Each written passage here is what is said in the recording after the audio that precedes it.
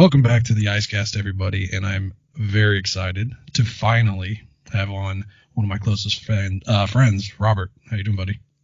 What's up, man? Not much. So I wanted to make sure I was ready for this podcast. So, Well, hold on, Ed. Wait. Yeah. So hold on. There you go. We need it. There it is. There it is. All right. Awesome.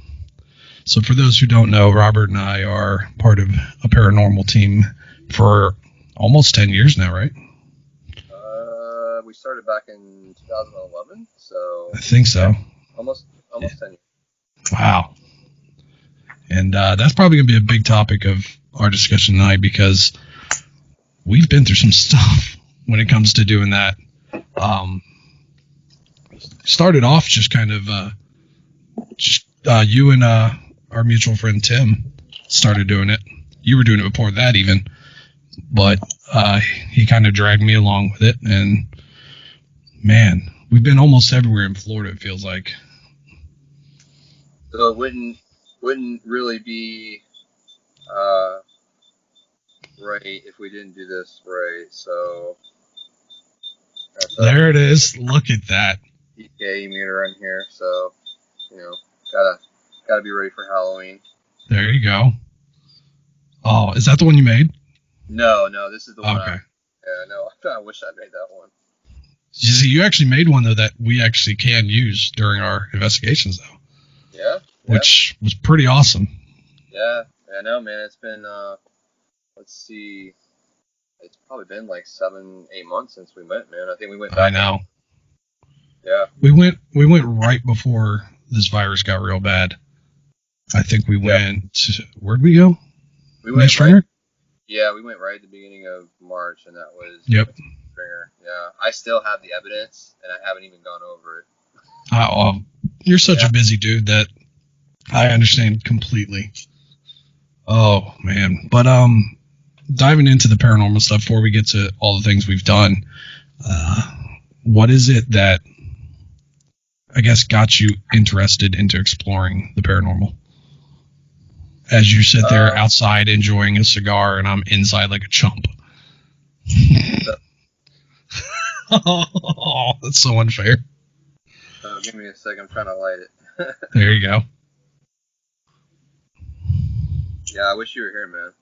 Oh, I know. I wish I could be there. I had a lot going on today, and I just knew it'd be easier to do a Skype call.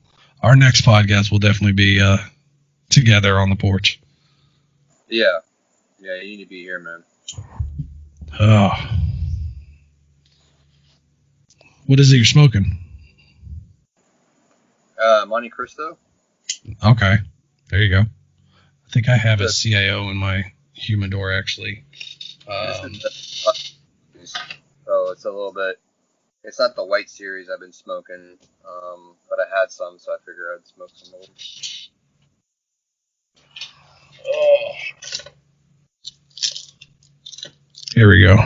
Yeah, I have a CAO flathead ready to go. I haven't tried them yet, but the guy said that they're really good. I've had CAOs before. Yeah, they're not bad. Right. So back to your original question, what got me into the paranormal, what interested me in the paranormal? Yeah. I know we talked about it a bunch of times. I think, as a kid, growing up, I think the first time I saw anything paranormal related, I was probably 5 or 6 years old, and there was this TV show, and I can't remember the name of it now, but it came on, and there was a Toys R Us that apparently somewhere, I think it was in Georgia, it was haunted, and they were doing like this like live like paranormal investigation on TV. Right. And didn't really show a whole lot or anything like that, but that was, I think, my first time ever kind of experiencing or like seeing something about the paranormal, and that kind of got my interest. But reading books, and then obviously Ghostbusters, and then all throughout high school, just going to the library, reading books about ghost stories and stuff, and then when the paranormal shows started taking off, probably the early 2000s. Right. was like, oh, so you can actually go and do this. So When did you come out with like, you know what, I am going to go do this? Like, when did you think about starting to get all the stuff together? And probably right around maybe like 2010, 2011. okay. You know, it was something that, you know, all the shows, I think that was kind of like at the height of all the paranormal shows. So there was My Ghost Story, there was Ghost Hunters, Ghost Adventures, all that. So that's when I kind of decided, you know what, I want to go see if it's really real or not. Is there Right. really anything to it? So Right. yeah. I remember joining with you and Tim, and then Tommy started going with us eventually. And aside from just the basic creep factor of being somewhere at night, kind of locked in, when it came to actual ghosts, it was like, you know, I mean, is there like a ghost there? But after the things that have happened and we've heard and seen, there's some kind of energy, dude. Like, you can't deny what the things we've seen and heard.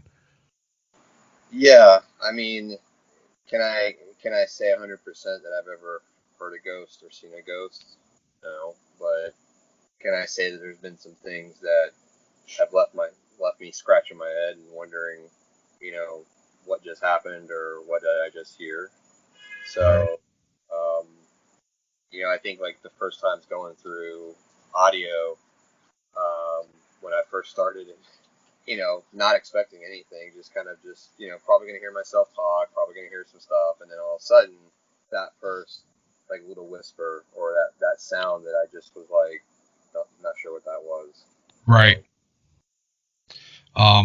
One of the first things I ever got to experience evidence-wise was, I don't remember where we went, but I know the next day you invited me over. We both brought our laptops out. We both listened to different recorders, and we were in what we ended up calling Tommy's room. And I heard that light get out, and I lost it. I was like, and I had to get to you. I was like, tell me what you hear. And we both heard it. And that was one of the best things that was so awesome to hear that. Yeah. I mean, that one was clear.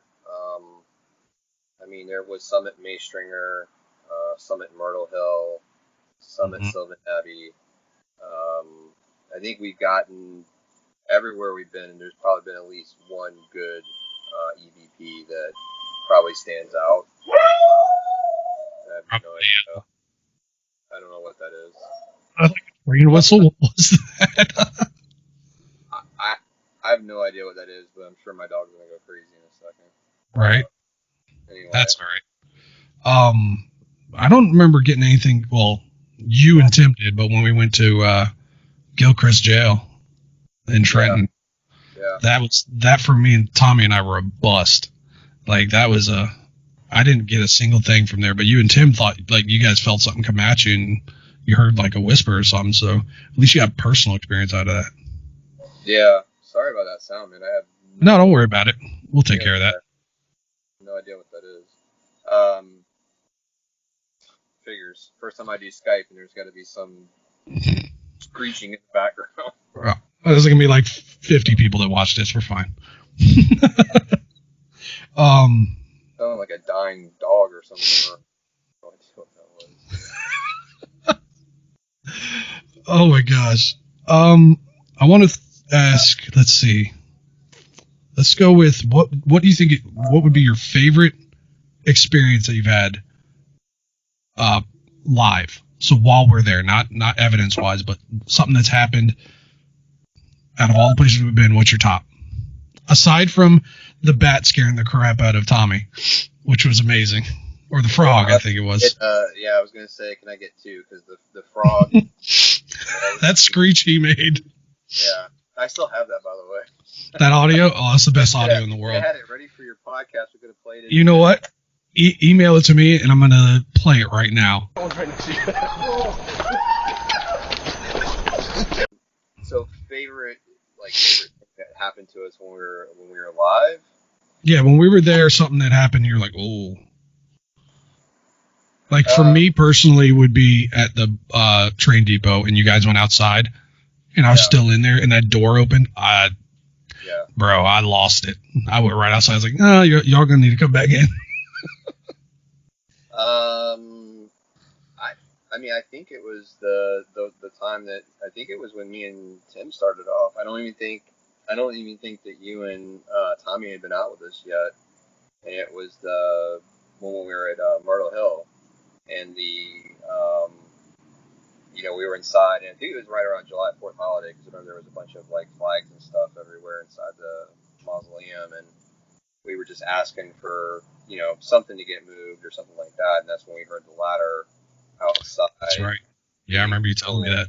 Yeah, I still have the video for it, and I still have the audio for it, and you can see us like go out right away, and we went to both sides, and nobody out there, so that was that one. I think the other one that was strange at Myrtle Hill was when we went to your favorite part of the cemetery, which is the 3-story mausoleum, and I think we were all together at that time. I think that was when we started going, and we were on like the 2nd floor, and it wasn't live, but an audio. It was a EVP basically, where I was just looking at this name on a plaque or whatever, and then in the audio there's a very heavy, I want to say almost like a female, like breathing heavy, like a gasp, a breath. And that one definitely, when I even listen to it now, it's spooky. Right. So, yeah. I remember also at Sylvan, it was you, Tommy, Tim, and I. And we were in that one little room, and we heard those footsteps almost like slowly walking towards the door into the room. And then it almost sounded like they sped up. And we went out there, and there was nothing. I remember that creeping me out big time. Yeah, Sylvan, that it's the older 1st-story building. Yeah, that one's a little creepy, especially Tommy's room. And yep. Oh yeah, so I know which room you're talking about. It wasn't even in Tommy's room. It was in it was the secondary one. Yeah, the little small mausoleum. Yeah. Yep. Yeah. So like we started doing like Sylvan Abbey and Myrtle Hill, the cemeteries and stuff, obviously, but then we eventually got to move on to like going to the old Gilchrist jail, and then 2 of our best spots, the May Stringer House, which is the Brooksville Museum, which has become one of the hottest spots for paranormal activity for all investigating teams. And then also in Brooksville, right down the road, the train depot, which I think is extremely underrated for paranormal teams. Yeah, it should get a lot more attention than it does, but I think it's because everybody's watched all the ghost shows and stuff, and they're all into the houses, they're not into like the little train car. But yeah, it was I love May Stringer. I love the train depot, and it's just such a rush because honestly, when we're in the middle of it, it can just be 2.5 hours of nothing. But then the next few days after some review, and it's something that's like, oh, I remember doing that and I didn't hear anything. And I'd love to know. Go ahead. Or when we review it and hear you smack your head in the attic, that's always good too. I still have that one too. I think I'd love to know how many hours I, over the last decade, have sunk into like listening to all of our investigations, because you figure most of the time we were out there for 2, 3, 4 hours, and at one point we were going almost every month somewhere, so it's probably got to be a couple 100 hours worth of listening to audio. For sure. Yeah. After all this calms down with everything in the world, we're 100% got to get back on it. Yeah. COVID's kind of throwing a kink into that. We go to the store, so. Yeah. For those that might know much paranormal but are interested, 2 of the big things that you come across when investigating are like EMF levels. So if you could kind of maybe go into more of what they are and what they could cause, because a lot of people think they see things, but it could just be the EMF level being too high and stuff like that. Yeah, so I think, and I was actually just recently, I was rewatching old episodes of like My Ghost Story, which I think started airing back in like 2010. And a lot of people would take pictures or video and see orbs. And that's just dust that's reflecting the light back from the camera or the video camera. And it's all around us. So that's not paranormal. I mean, when I first started, and I got my camera equipment. I went into my room. I turned on the night vision camera. I took a couple pillows, banged them together, and afterwards looked at the video, and there's just all these orbs everywhere. So it's like, I guess my room's really haunted. And then, yeah, the EMF. And look, I mean, the thing is, it's funny. I was watching Ghostbusters the other day, actually, because it's October, so I got to go through my normal playlist of movies to watch, and you go back and you watch it, and I think a lot of what paranormal investigators and stuff have used over the last probably 20-30 years is stuff that they've taken from Ghostbusters, like the PKE meter, right? That's detects the energy of ghosts, right? So then you fast forward now, everybody's got the millimeters and all the different equipment that's supposed to detect energy of ghosts, and none of that's ever been really proven. Right. So yeah, there was that one private investigation we did at the one house that, our EMF meters were just through the roof, but it was because it was like a mobile home, wiring was exposed. Yeah. Well, we did remember that's the place that we did get something on the. We left the house and then we got something on the motion detector, which was kind of cool. Yeah. Yeah, I mean, and the thing is, like, all the ghost shows talk about like EMF and how it can, cause irritation and cause you to, maybe feel or if you have a sensitivity to it or whatever. So, the one thing I don't think we were able to ever really prove is maybe we did a little bit at the train depot in the boxcar, because some of the EMFs that we got, or the EVPs that we got, EMFs, there were some spikes there. Yep. But that was kind of always the goal is, if you got an EVP, did you see a spike in anything else, to kind of correlate it? So not only do you have the sound being generated, but you also have, something from, another piece of equipment to kind of correlate that and say that they happened at the time. So yeah, like what you were talking about, the boxcar that's outside of the train depot. We've been there multiple times, different seasons during the year, different months. We've been all around the boxcar, underneath the boxcar, and we can't replicate what we get when we ask those questions sometimes. And sometimes we'll get a spike in the EMF reader at the same time that we get an EVP. So that's what makes that boxcar so interesting for me, is that we've done everything we could to try and find wiring or something that spikes that. And we have yet to find anything. There's no wires going out there. There's no electricity in there. Yeah. I have no explanation, which makes me scratch my head, but makes me love it even more. Yeah, and I mean, and all the EVPs we've gotten from the train depot, it's always been the boxcar. I mean, right. We have audio. One time, I think I remember we left the recorder in there, and they have like dishes and glasses and stuff, and you can hear them clanging. I think we were in there one night, and actually one of the pieces of equipment shut off, and then we heard a noise in the adjoining room. Yeah. I think that was also when there was a night when we were asking questions, and there was some stuff going on with the K2 meter, and then we were asking, where are you from? And I think we said something along the lines like Tallahassee or something like that, and we got, I think, a response of like Gainesville. Yep. So, the boxcar also, from the history of it, what they said, it used to be an old cook's cart. Yeah. And so it's really cool that we got a recording of the like dishes and stuff. It matched up pretty good. Now, for those who don't know what EVP is, it's basically just, what is it? It's like electronic voice or something like that. Electronic voice phenomena. Yeah. Phenomenal. Yeah.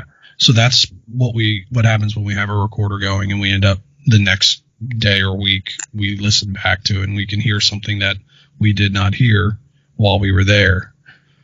Supposedly it's the energy of a ghost talking to us, and a lot of it could be looked at as baloney and crap like that. But I mean, when it's clear words that you really can't explain, when you know you're the only ones within a mile of that location, it's really weird.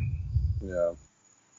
I think that the thing about it is just, you know, we've always asked the question, like, you know, why that location, why stay there, you know, that kind of stuff. Like, if you pass on, like, why would you choose to stay? Right.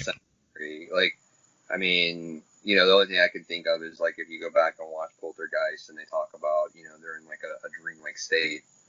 And again, it's coming from a movie, so it's not really based on science, but, you know, we all dream, so none of us have a lot of control over our dreams. So if when you're, you know, you've died and you're a ghost and it's the same experience, then you may not have a choice. They stay around. So. Right. Yeah. It's incredible. The EVPs are one of my favorite things that happen for us. What do you think would be your favorite piece of equipment that we do use? Because, you know, I can't stand the voice box. I've never been able to hear anything from it, and it just kind of bothers me that I haven't, but everybody else has had something with it. I think the go-tos really just that I like the K2. It's simple. You know, I think it does pick up, you know, some fluctuations of EMF. Honestly, I think the best piece of equipment is just the digital recorders. I mean, I agree. Yeah, I like having the GoPro with the night vision, so you can record everything. Obviously, the cameras and stuff, but I think just you know, I think just a good old flashlight and audio recorder. I mean, you're probably good to go. I think right. I think all the other stuff it's bells and whistles, and it's, you know, it makes you probably feel more like a Ghostbuster in a way, right? But not. I don't. We got a ton of stuff from them.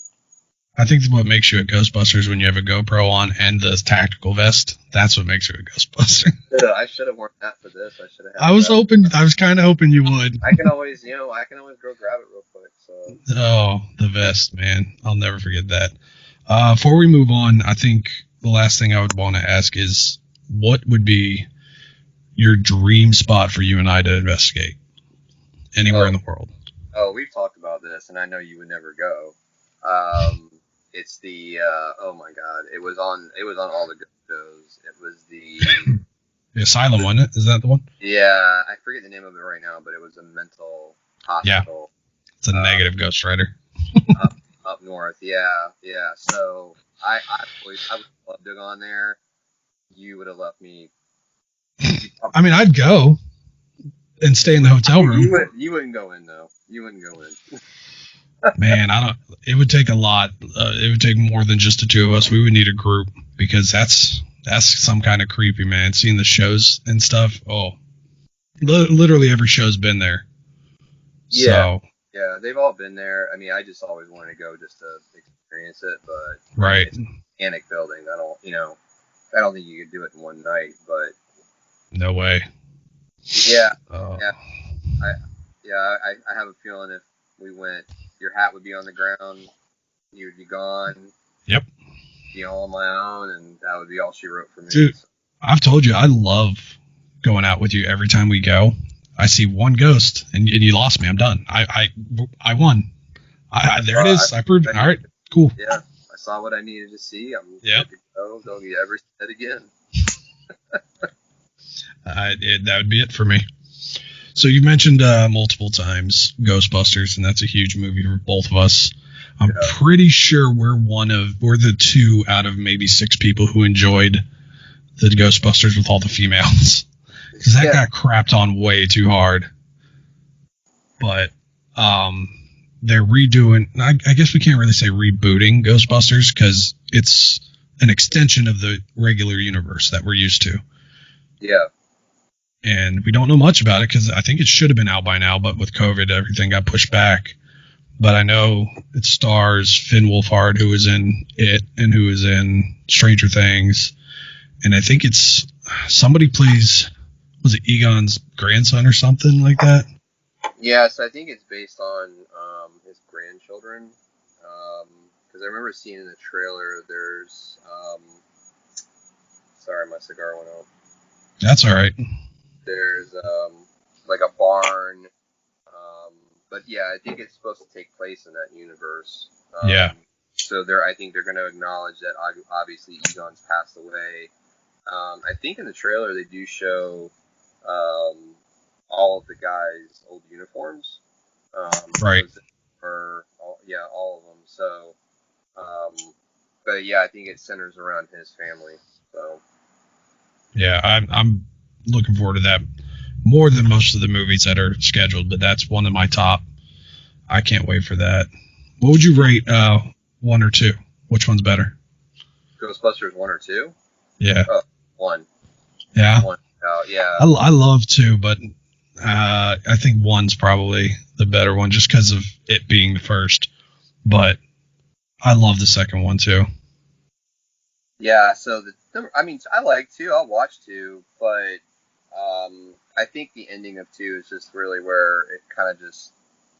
It fell off at the end for sure. It fell off at the end. I think also too, Ghostbusters was always Dan Aykroyd's baby. I mean, I think I actually think it was him and what was the name of the actor that played Egon? Harold Ramis. There you go. Yeah, it didn't do that. Yeah, I think they co-wrote Ghostbusters together. Obviously, Ivan Reitman directed it, and then I think Ghostbusters 2 was probably more his baby, because he's always pushed for another Ghostbusters. I mean, he's been pushing that for a long time. Yeah. Probably I think they waited even too long for Ghostbusters 2, because I think Ghostbusters 1 came out in '84. I think Ghostbusters 2 came out in '89. So you're like it was like 5 years later. Right. So, yeah. In the movie, though, as well, I think they played it as 5 years later. So they were kind of like, nobody really cared about him as much. They were doing like the parties and stuff. Yeah. So they tried playing it well, but as a Ghostbusters fan, I'll always love it. As a movie fan, the second one fell off a little bit. Yeah, it's got its own endearing qualities about it that I like. But yeah, it's definitely not. It doesn't have the same magic that the first one had. Right. With it being October, both of us huge fans of Halloween and the horror genre, I did ask you to possibly try and come up with a top 5 all-time favorite horror movies. Yeah. I said that to you, and then when I start listing mine, I'm like struggling because I'm like, oh, I love so many, but at the same time, there's some that are just thriller movies, and it's a different kind of. Yeah. So it was a little hard for me, but I got a nice little top 5, I think, of my all time. So I'm curious on if you got yours. So I've got my standard like go to. And I guess they could be considered horror. So I think it's tough, man. There's so many good ones. There is. I love Poltergeist. It's dated a little bit. I mean, you look at it now, and the special effects aren't bad, but they're right. a little dated. But I would have to say in my top 5, the first Child's Play. That one was a little creepy, especially that one screwed me up as a kid because I had a My Buddy doll, and I walked in like on my dad watching Child's Play, and I was done. Like I looked at my buddy doll, I was like, nope, get this thing out. There was a movie when I was growing up. I was trying to find it the other day, and I can't think of the name of it right now. But it was one that it was. I know I'll figure out the name of it, but it was basically about these these space vampires that would like Life Force. Okay. Have you ever seen that? I've heard of it. I never saw it. Yeah, I watched it as a kid, and it was a little creepy then. I mean, now if I probably watched it, it wouldn't be as much. I think if I had to look at my adulthood and like think about a movie that in my adulthood has probably scared me, would probably be the remake of The Grudge that came Really? back. Yeah, that was like 2002, I think is when it came out. And it just was creepy, man. I mean, the beginning scene when the girl's like got the lighter and she's like up in the attic and you can like see the face of the, Right. the ghost in the back of her just like waiting to pounce, and that was just, yeah. I actually went to the movie theater with my buddy Kevin, and I remember going home that night and like leaving the lights on for a while. That's good. So that's 3. So I'm trying to think. I mean, Nightmare on Elm Street, the first one, again, outdated now. Special effects a little rough, but Right. that would probably be there in that top 5. Not a movie I would say is a Halloween movie, but definitely as a kid, scared me a lot was Alien. So, I mean, I think it's technically a horror or a thriller. So yeah, definitely a thriller if anything, but it's got those moments. Yeah, I mean it's that, and then I wouldn't say this is like a horror. Well, yeah, it doesn't qualify as a horror movie, so I can't. I mean, but Beetlejuice, obviously, classic. That's a great movie. But it doesn't qualify as a horror movie. No. Man, it's so hard. Right. Because there's like so many that I like that I watch all the time, especially this time of year. I did watch Friday the 13th. I think it was part 3 or 4 the other day. It was called The New Blood. So bad. Just so bad. Not in my top 5. I just wanted to watch it again because it's been so long, and it was just so campy. And was that the one where they're making a movie about Freddy or something? No, it's where. Which one was that? The girl has psychic powers. Oh yeah. Mm-hmm. Yeah. It's bad. It's bad. But I'm trying to think, man. Another horror movie. God, it's so tough, man. Like, right. My mind's just like drawing a blank right now. I'm trying to think of another one that I really, really like that I would. I think I'm trying to judge them as like what scared me or scares me. Right. None of them really scare me now. I just. Oh, okay. So I have to change my top 5 a little bit. So I would say my number 1 as a kid would have been Poltergeist. I would say my number 1 now would probably be The Conjuring. That was a good set of movies. I'll tell you that. Yeah, I just watched The Conjuring the other night. I started watching Conjuring 2 last night. Right. I felt like they captured everything in Conjuring that is good about a ghost movie. And just So that would probably be my top 5, I guess. So it would be Conjuring, Poltergeist, The Grudge, Nightmare on Elm Street, and then probably maybe Alien, just to like have that psychological fear factor. Okay. But there's a lot of other ones I watch for Halloween that I like. So. Right. Well, for me, there's a lot of like psychological thriller / horrors that I've always been into. But my top 5, not in any particular order at all, but Halloween, the original. Mike Myers is one of my favorite slashers. The Birds was one of, like, that one actually scared me because you go outside after that and you see these birds on power lines. You're like, if they start dive bombing me, I'm gonna be. I've never seen The Birds.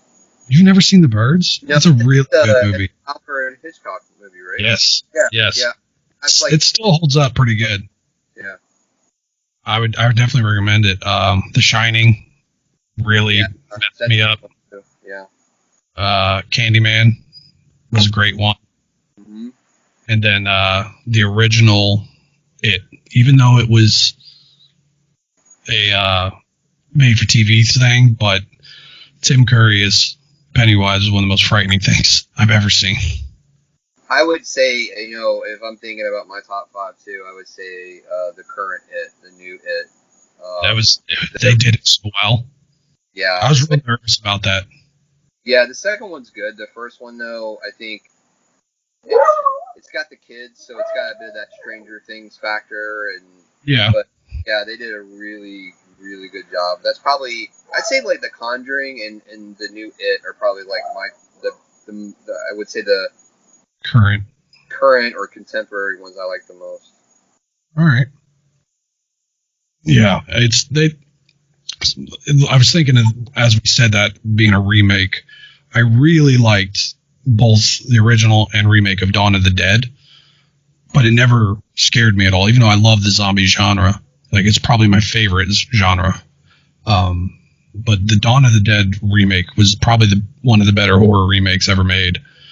And anything with Romero, I would watch, so. Yeah. But yeah, nowadays it's hard to do a good horror movie. I think it's a lot of jump scares, and I mean that'll still get me.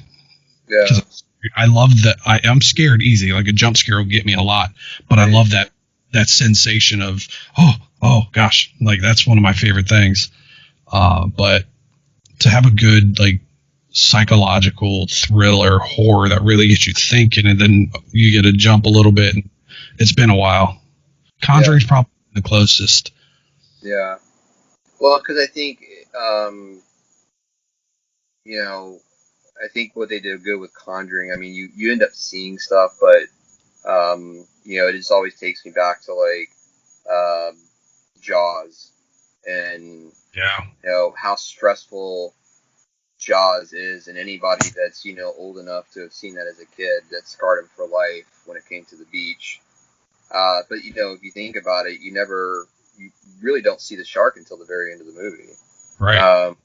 So that kind of goes back to like movie making then and movie making now. Like now it's all about CGI, and you have to see everything. And even Alien, you really don't see it, except for when the alien does the first chest burst, you really don't see the alien until the very end.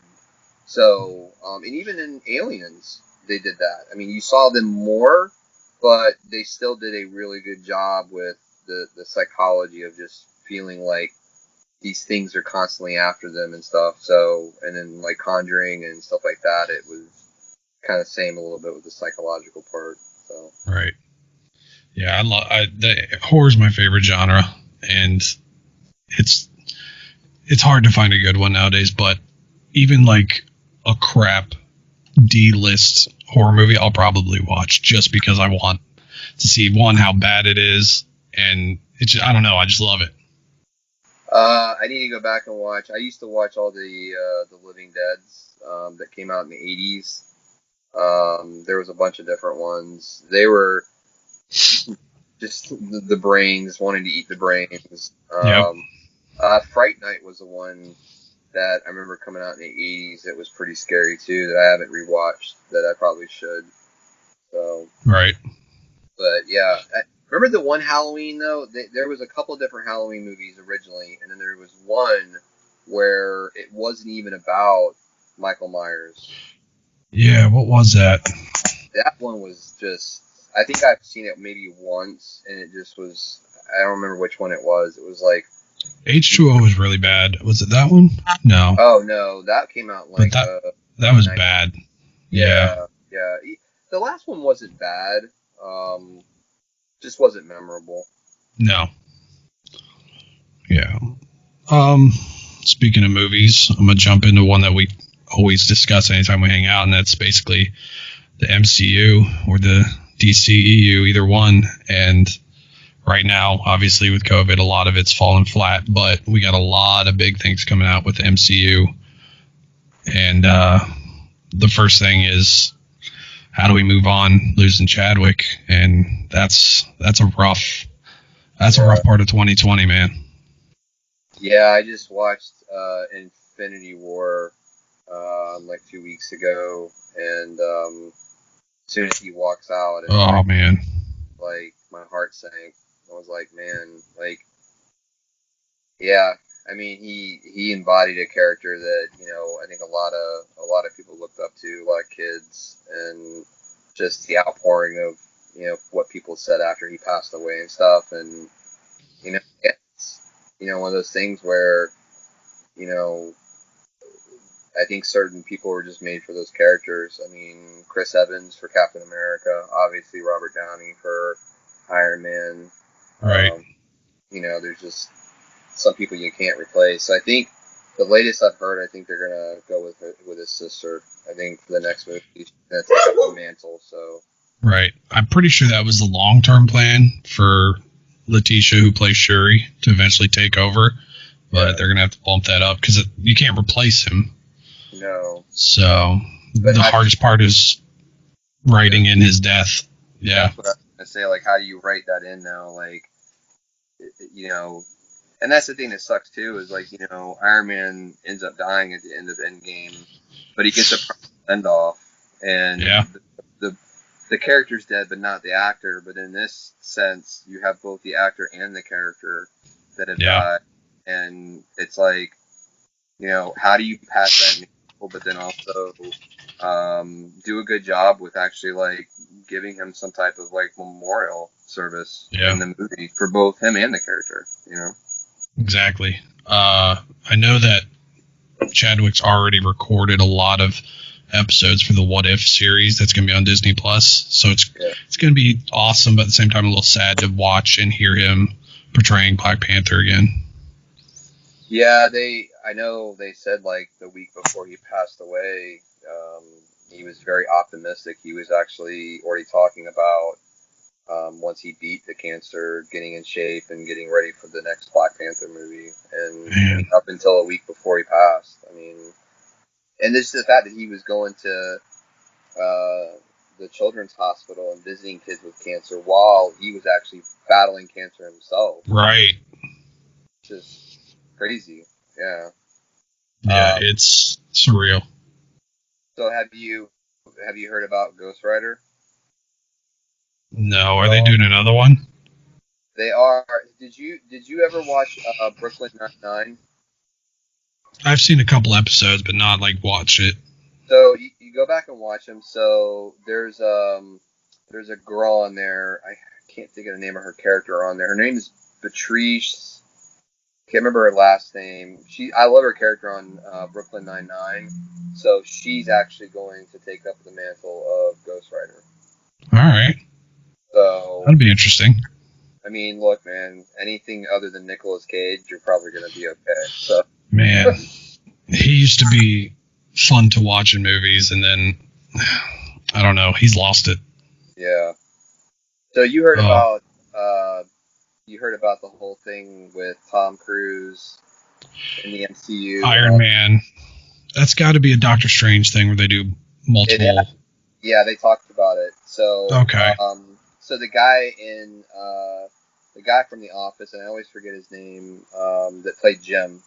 Mm-hmm. He's going to also be playing Captain America. John Krasinski or something, right? Yeah. So it'd be him as Captain America, and then Tom Cruise as Iron Man in one of the multiverses that Doctor Strange is going to end up visiting. Okay. So I'm okay with that. Like, I thought they were like, if they do it that way, yeah. I was like, yeah, no, you can't put Tom Cruise in that role. Like, it just won't fly. But if it's in an alternate universe and it's like during a movie, then right, I'll buy it. I'll take the bait. So right. I wonder if that means they'll try and sneak in the other two Spider-Men, Garfield and Maguire. Yeah, they've got to somehow. Yeah. Well, didn't you say that they, during one of the seasons of The Flash, that they had the guy that plays the Flash in the... Yeah, Grant, Ezra Miller showed up on an episode of the TV show Flash and was in front of that. Him and Grant Gustin, his character, they met. So they tied in the whole Arrowverse with the DC movies, which is kind of cool because I know HBO is getting ready to do a Green Lantern series.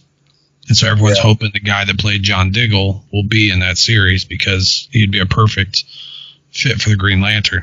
Oh, yeah, right, yeah. And at the end of, and for anyone who hasn't seen the end of Arrow, spoiler, but at the very end, Diggle said he's moving, him and his family, and when he's driving, a big green meteorite hits Earth, and he finds a box and opens it, and green shines on his face, and then they cut. So everyone's like, all right, he got the ring. So hopefully that's what he becomes. I still think Grant Gustin should have been 150% should have been the movie Flash. Yeah. Just he's the perfect embodiment of the Barry Allen character. Yeah. Yeah, it's rough. I'm not a fan of Ezra Miller. I wasn't a fan of him as the Flash in the Justice League, so you've heard about that whole Snyder cut they're doing, right? I'm pretty excited to see it.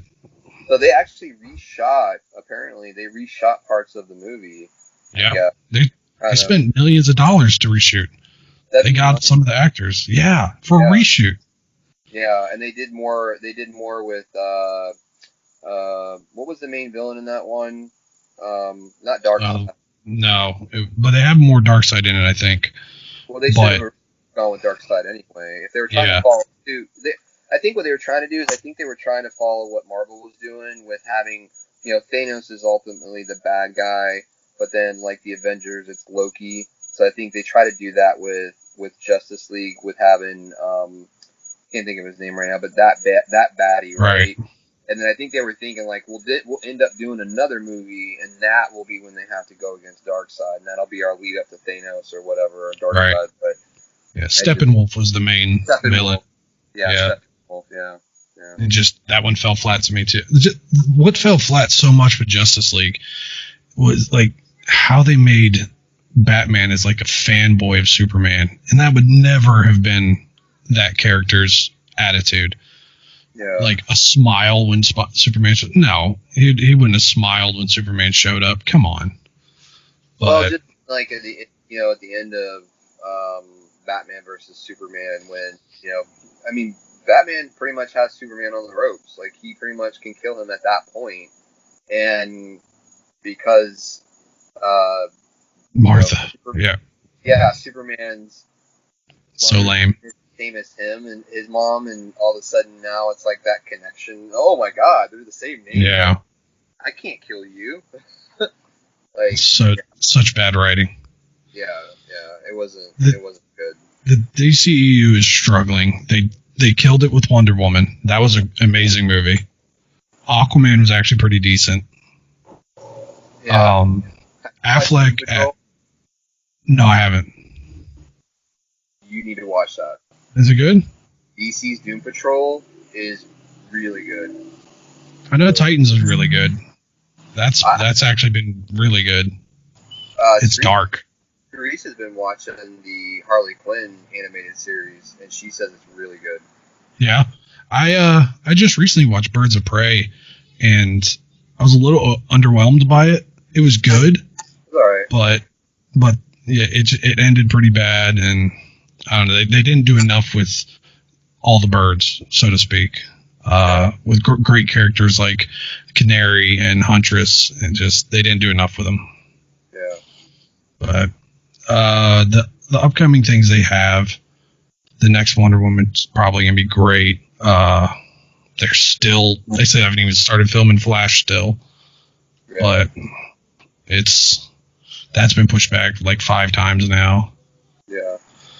So I'm excited for the Snyder Cut, but other than that, DC kills it on TV shows, but not in movies. Well, you got the new Suicide Squad that, what's his name, that directed the Guardians of the Galaxy? James Gunn. James Gunn, yeah. He did that when he was away from Marvel. Yep. And it's got everybody in it. I mean, yeah. Yeah. Well, see, I'm one of like 3 people in the world who actually liked the movie Suicide Squad because it was a great movie to me. I liked it a lot. I mean, Teresa loves it. She didn't like really the villain of the movie, but I didn't take it to it. I thought it was good.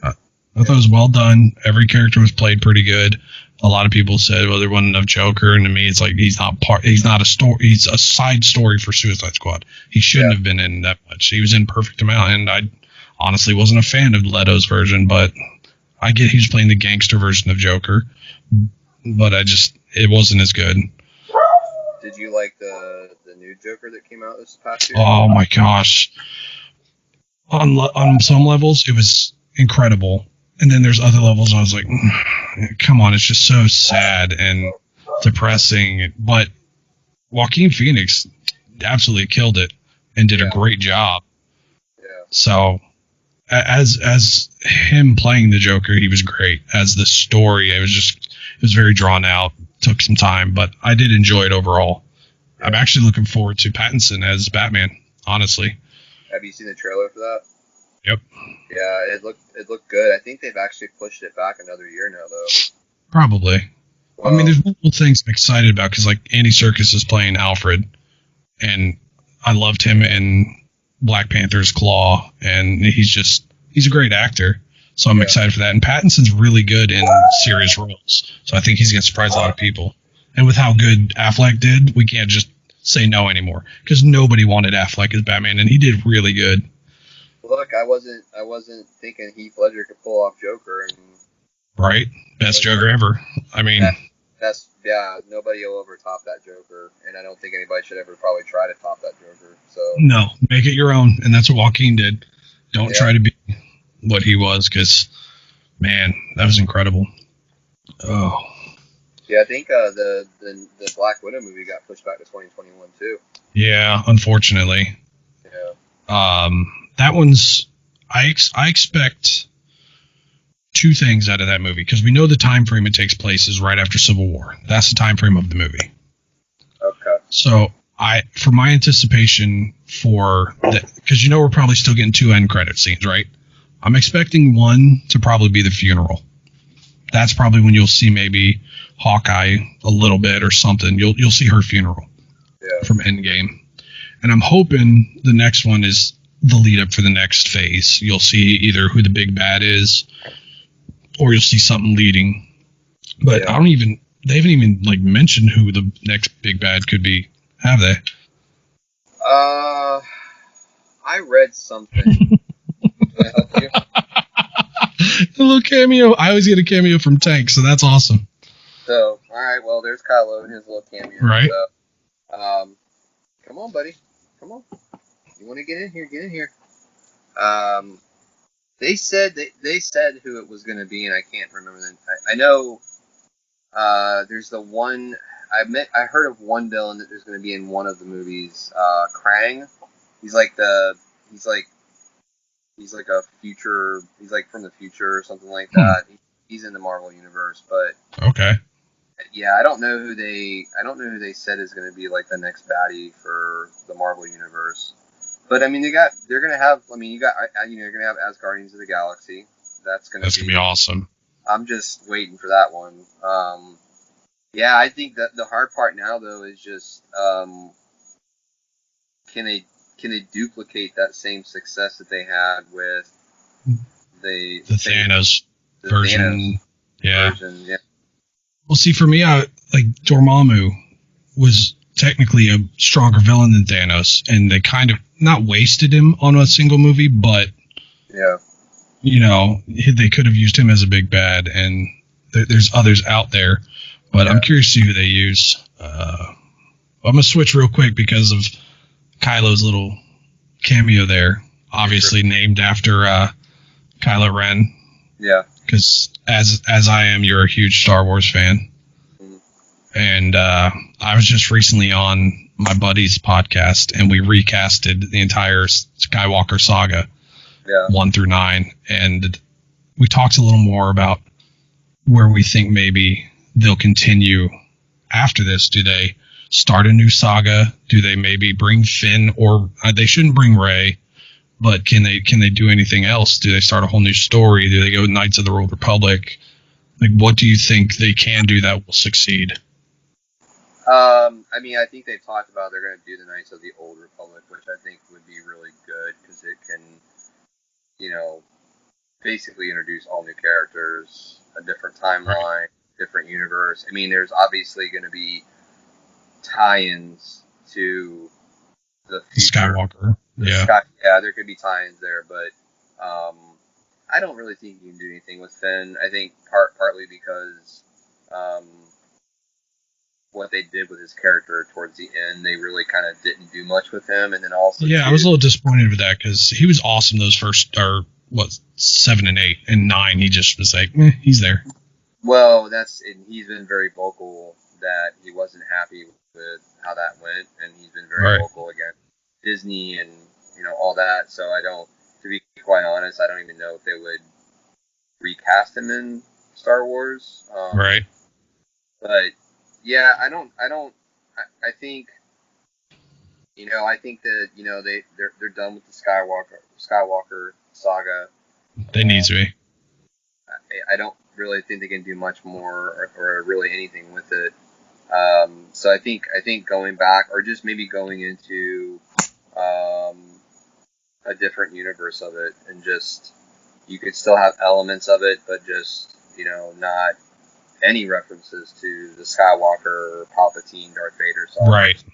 Come up with all new baddies, all new storyline, everything. So right.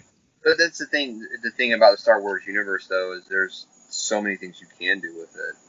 I mean, think about Rebels and oh my God, I'm drawing a blank. The other animated series that was really good with Star Wars. You had Rebels, and then you had the Clone Wars. Clone Wars, yeah. And they were able to flesh out a lot of stories in those that you could have made it into a movie all on its own. Well, they're proving with the Mandalorian series that they can do a unique story and it'll stand.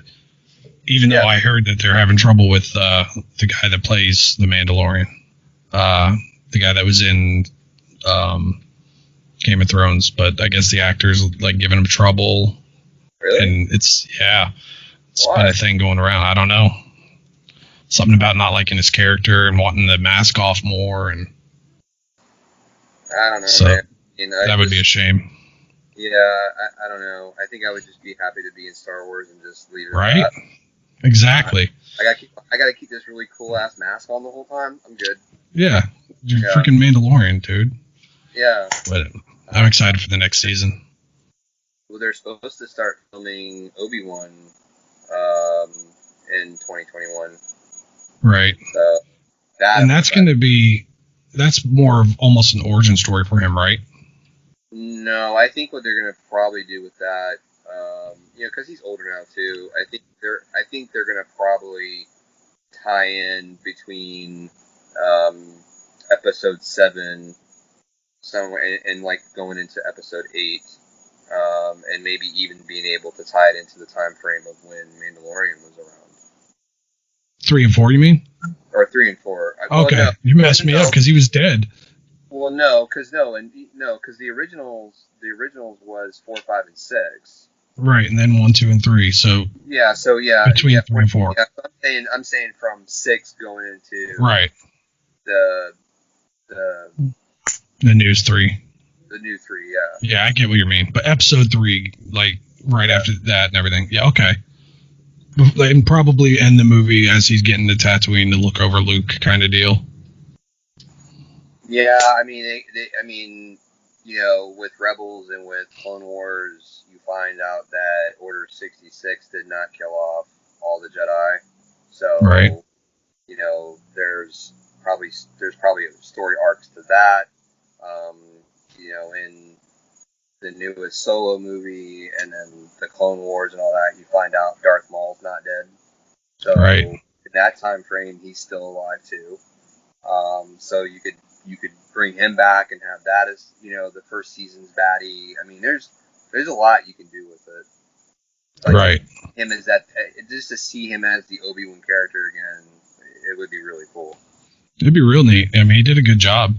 Yeah. Oh man. So just because of COVID, you didn't get to really do what you do every year, and that's go on a big trip, really. And you two have been almost everywhere. That's exciting. Yeah. But the last big one was New Zealand, right?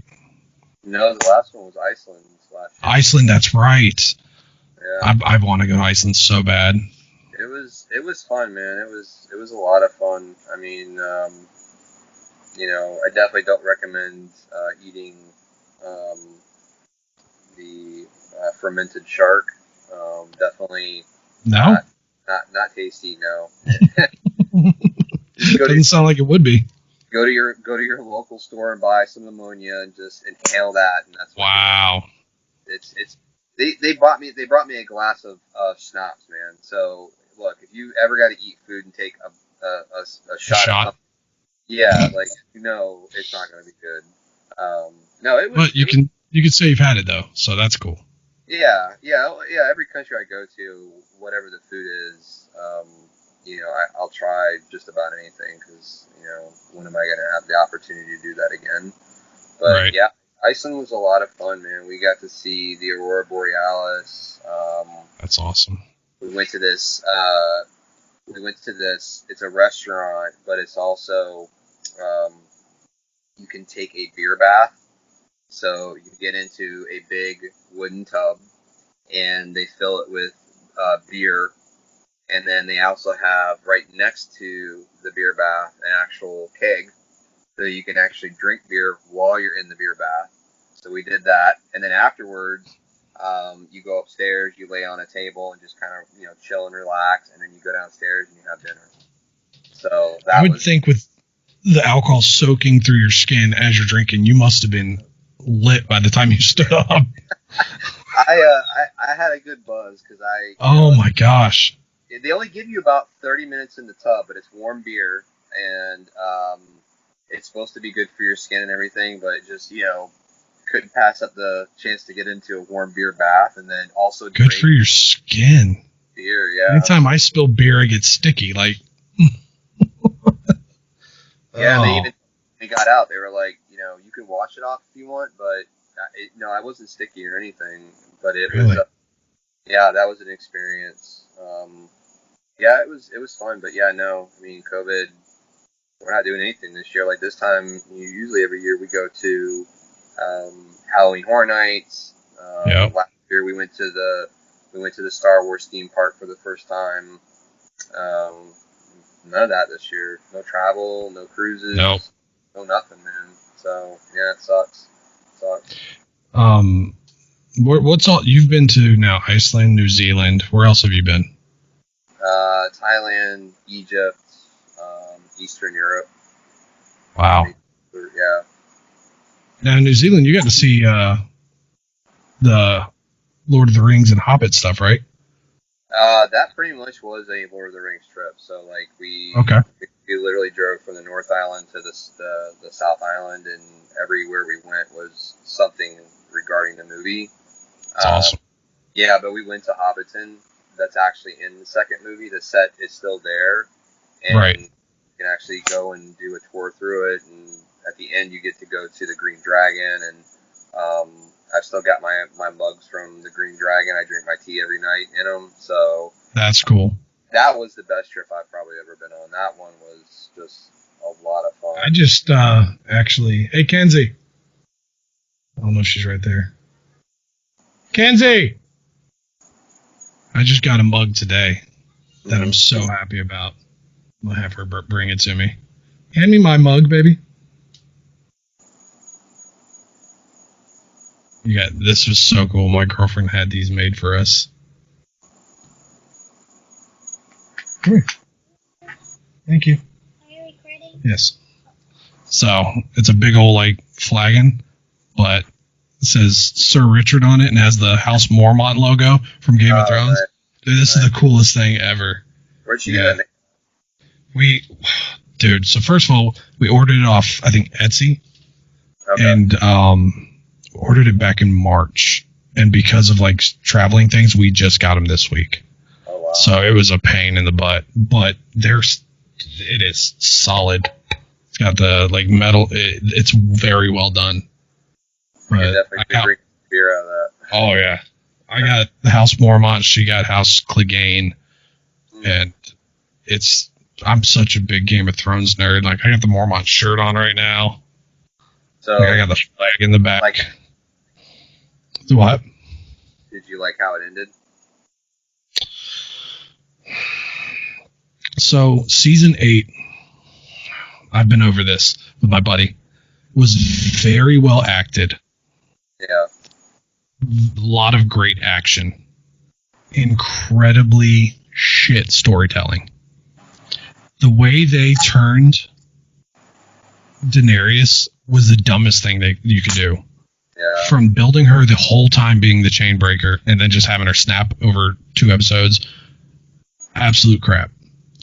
One of my favorite characters, Arya, killing the Night King. That's great on a personal level, but made no sense for the story. You build up Jon versus the Night King so much, let's get a battle between them. Something. And nothing else with the Night King after that. Like, it was No. done. It was just like, okay. And Bran becoming the king was a complete shit on the entire story for me. Just didn't like it.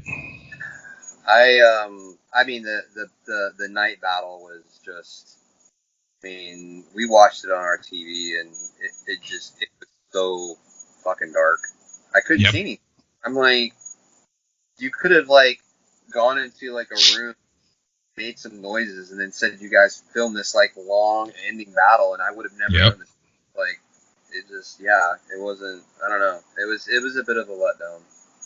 So. For me, I mean, throughout the whole series, the best battle was by far Battle of the Bastards. Yeah. That was one of the best they ever done. And then Blackwater was also a good battle. But, I mean, I've seen the entire series almost a dozen times now. Oh, Once really? I finish it, I can start it over again. I'm a huge fan.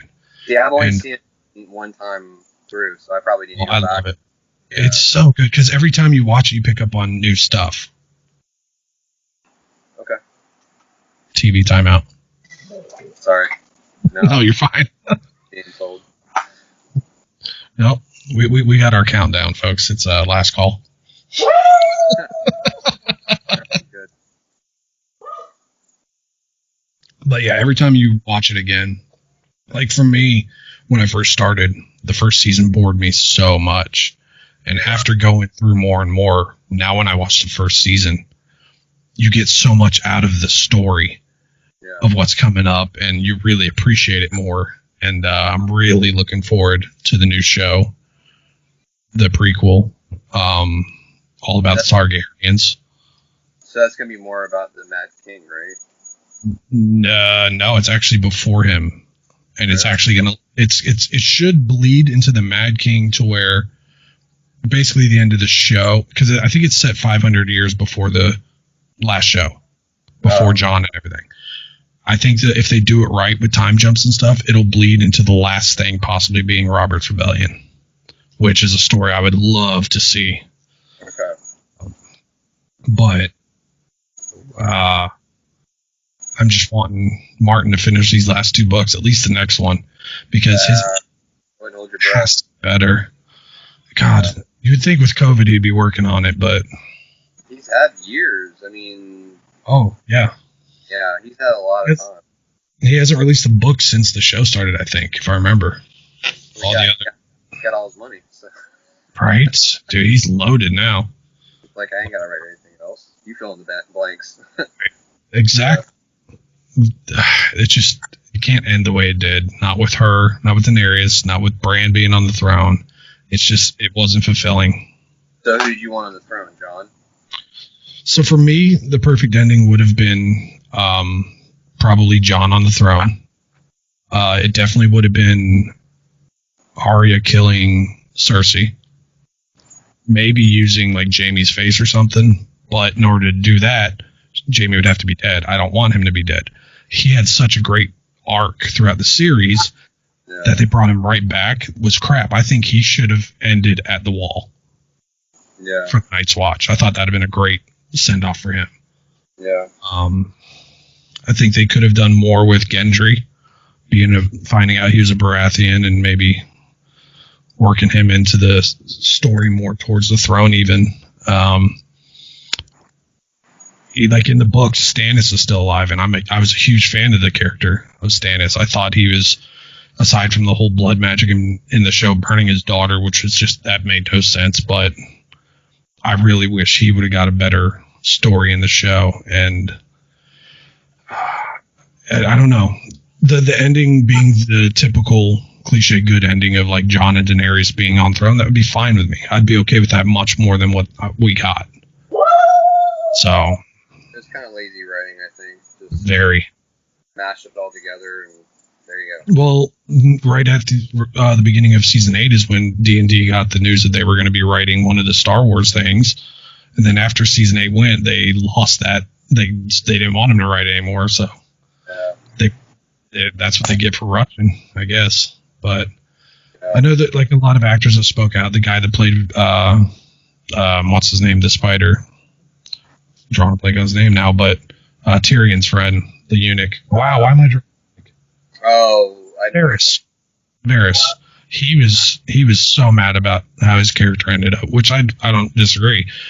Like in season 8, all of a sudden he doesn't know anything when he's known everything the entire show. Yeah. And then he turns on Daenerys and gets burned in one episode. It's like, come on. Yeah. So I could go on and on about Game of Thrones. Yeah. So much so that my buddy Brian and I are going to possibly do a second podcast just strictly about Game of Thrones. I need to go back and rewatch it because we watched it, from the time it came out. But right, it's how many seasons was it? Like 8? Eight seasons. Yeah. It's like when did it start coming? When did it originally come out? Like, the first 2010, I think. Yeah, so it's been so long. Like I don't even really remember the first few seasons, to be quite honest. Like I need to go back and watch them. So I would highly 2011 is when it started. I would highly suggest it. Yeah, I could. Really, really go in because you've seen it once. You kind of in the back of your mind know things that are going on, but when you watch it again and really kind of get what they're talking about, it's like, oh, you'll appreciate it on another level. Yeah. Yeah, I'll have to do that. I'll have to go back and rewatch it. Yeah, I would. So I don't have much else written down. I mean, we got an hour 15 in. Honestly, we could go on for just hours and hours bringing up just random stuff. I know that from past times, but we got to save more for the second episode when we can actually be sitting down enjoying a cigar together. Yeah, that definitely we could be doing like a whole episode on cigars. So. Yep. I mean, we can do cigars and just life in general. Like, it's yeah. This won't be your last time on for sure. This is 29th, 30th episode or something, and I've been wanting you since the second episode. So it's about time we were able to get this going.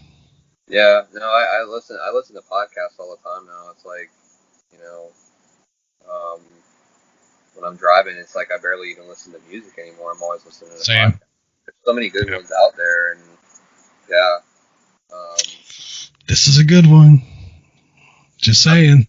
No, I've listened to a few of the episodes. Yeah, if I go on my podcast on my phone, like I can find it on there too. I'm on Spotify. I'm on Google playlists. The only one I'm not on right now yet, I think, is Apple Podcast. But I am on Google. I'm on Spotify. And a handful of others. And it's ICEcast. Yeah, ICEcast. Yep.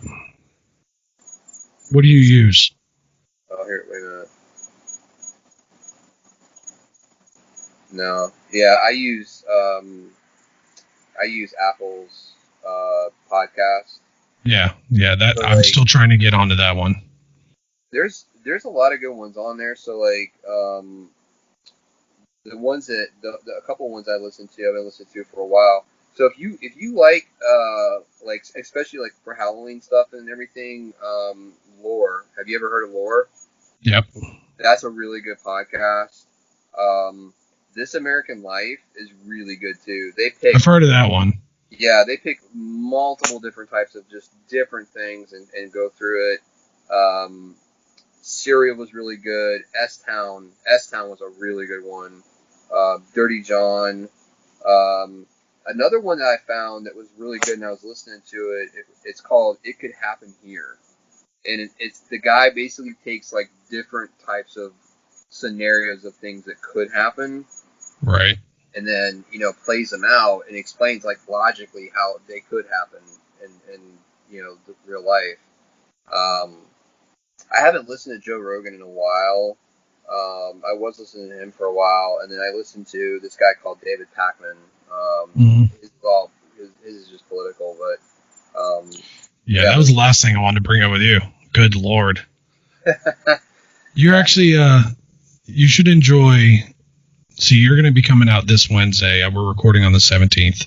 Yeah. The episode next week that'll be coming out is actually with a cousin of mine who lives out in Oklahoma, and he works with representatives of government, and he's big into politics. And I'm definitely going to get him on to get his info on this upcoming election, because it's a train wreck right now. And I brought it up a couple times in the past podcast, and I know with you vote Democrat, correct? I vote for what the sanest choice is going to be, but yeah, I usually go for the Democrat most of the time. Yeah. See, I'm registered Democrat, but this year I think I'll be going Trump. So, I mean, the thing that really gets me is the division that's happened between the two parties. And unfortunately, if you look at certain things, if Trump wins, that we're going to get more protests and riots about him, which sucks. Whereas if Biden wins, you won't get that from the Republican side. You won't get these fires burning and stuff like that, and people saying he's not my president. You know what I mean? Because it's a weird. Can I ask you this question though? So so this is.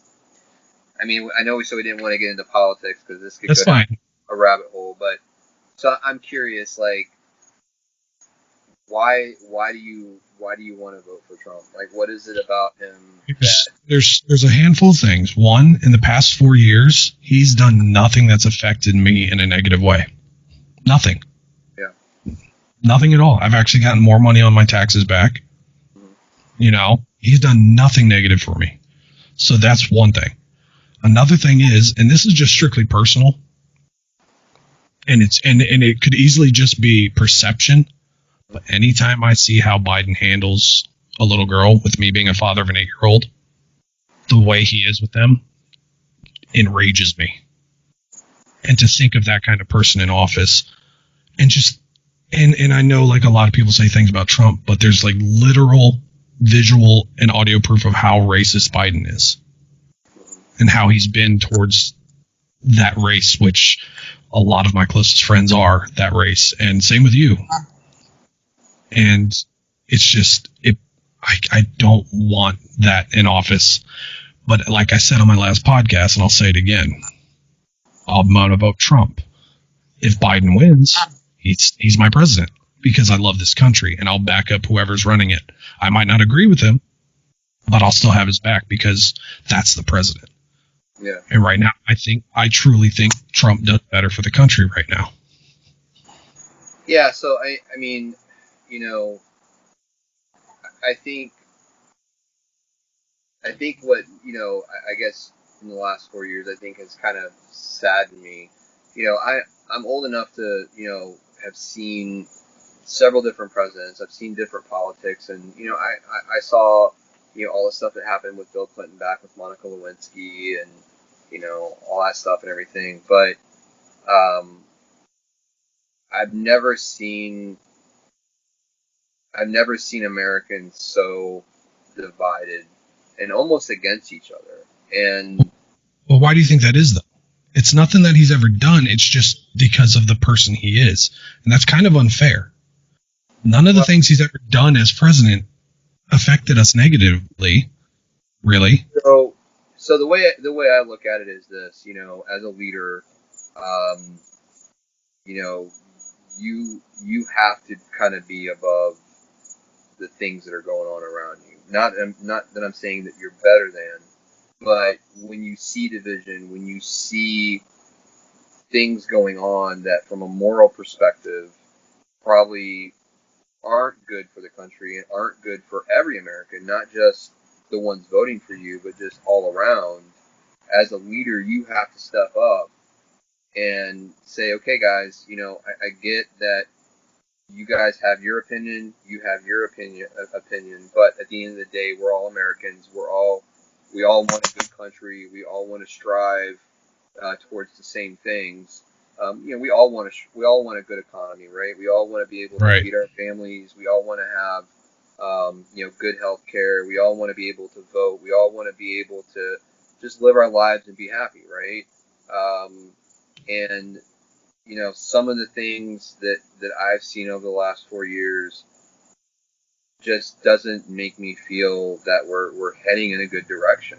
And there's a lot of different examples of things that have happened that I felt like he could have stepped in as the leader of the free country and said, I understand you guys may feel this way about certain things, but this is the path that we need to be on.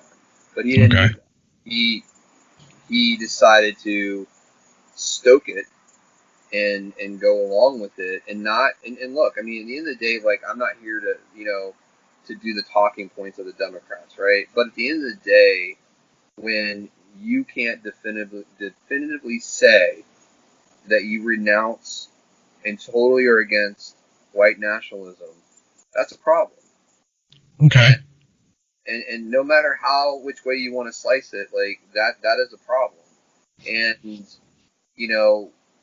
just going to the pandemic and going what we're going through right now, like, mask should have never been a political issue, right? It wasn't a political issue for me.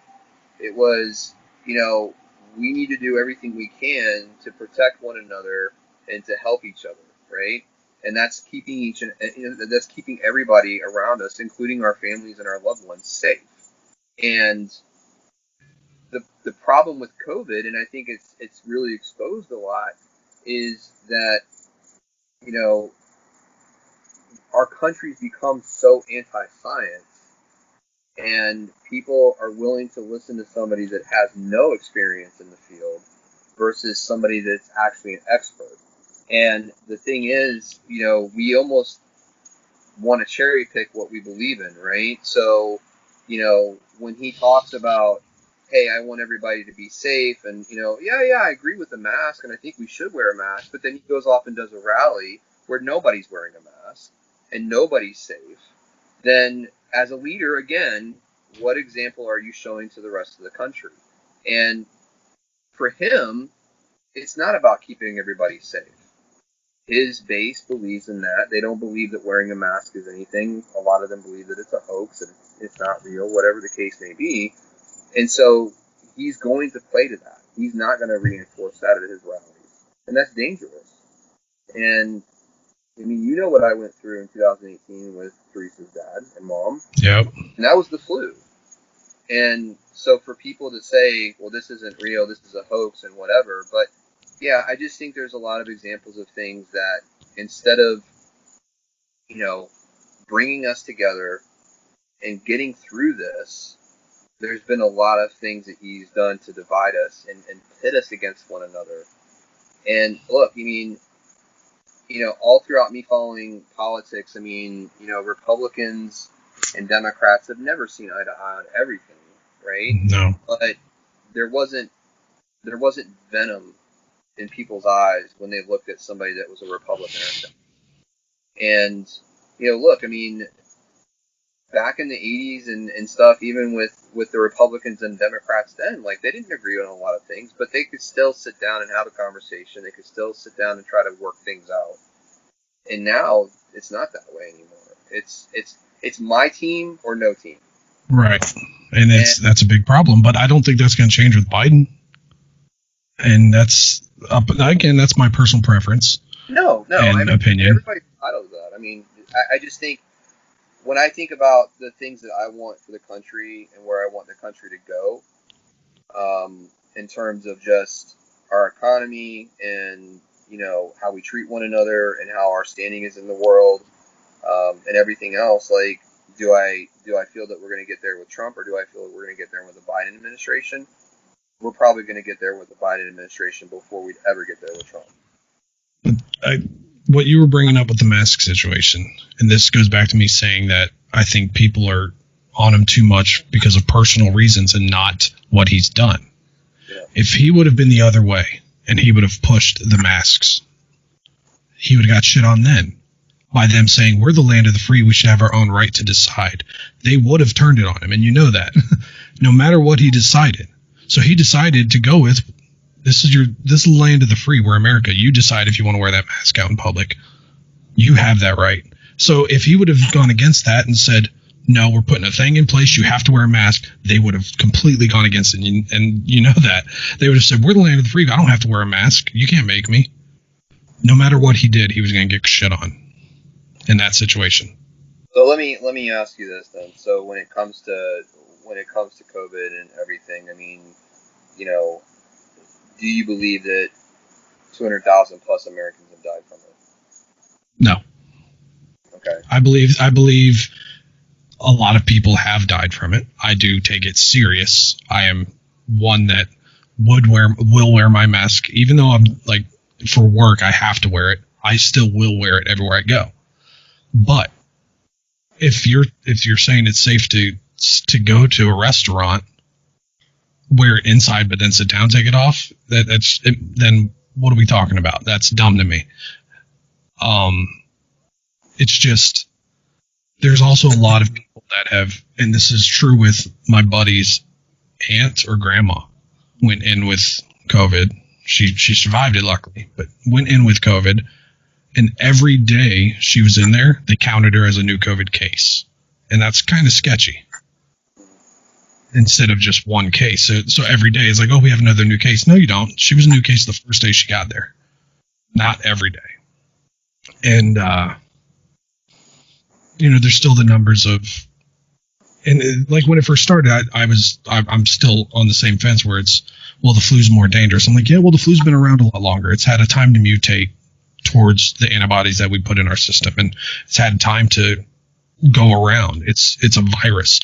COVID's going to do the same thing. After the next couple of years, it's going to die down, but it'll pick up again because it's going to mutate. It's a virus. Nothing we can do about that.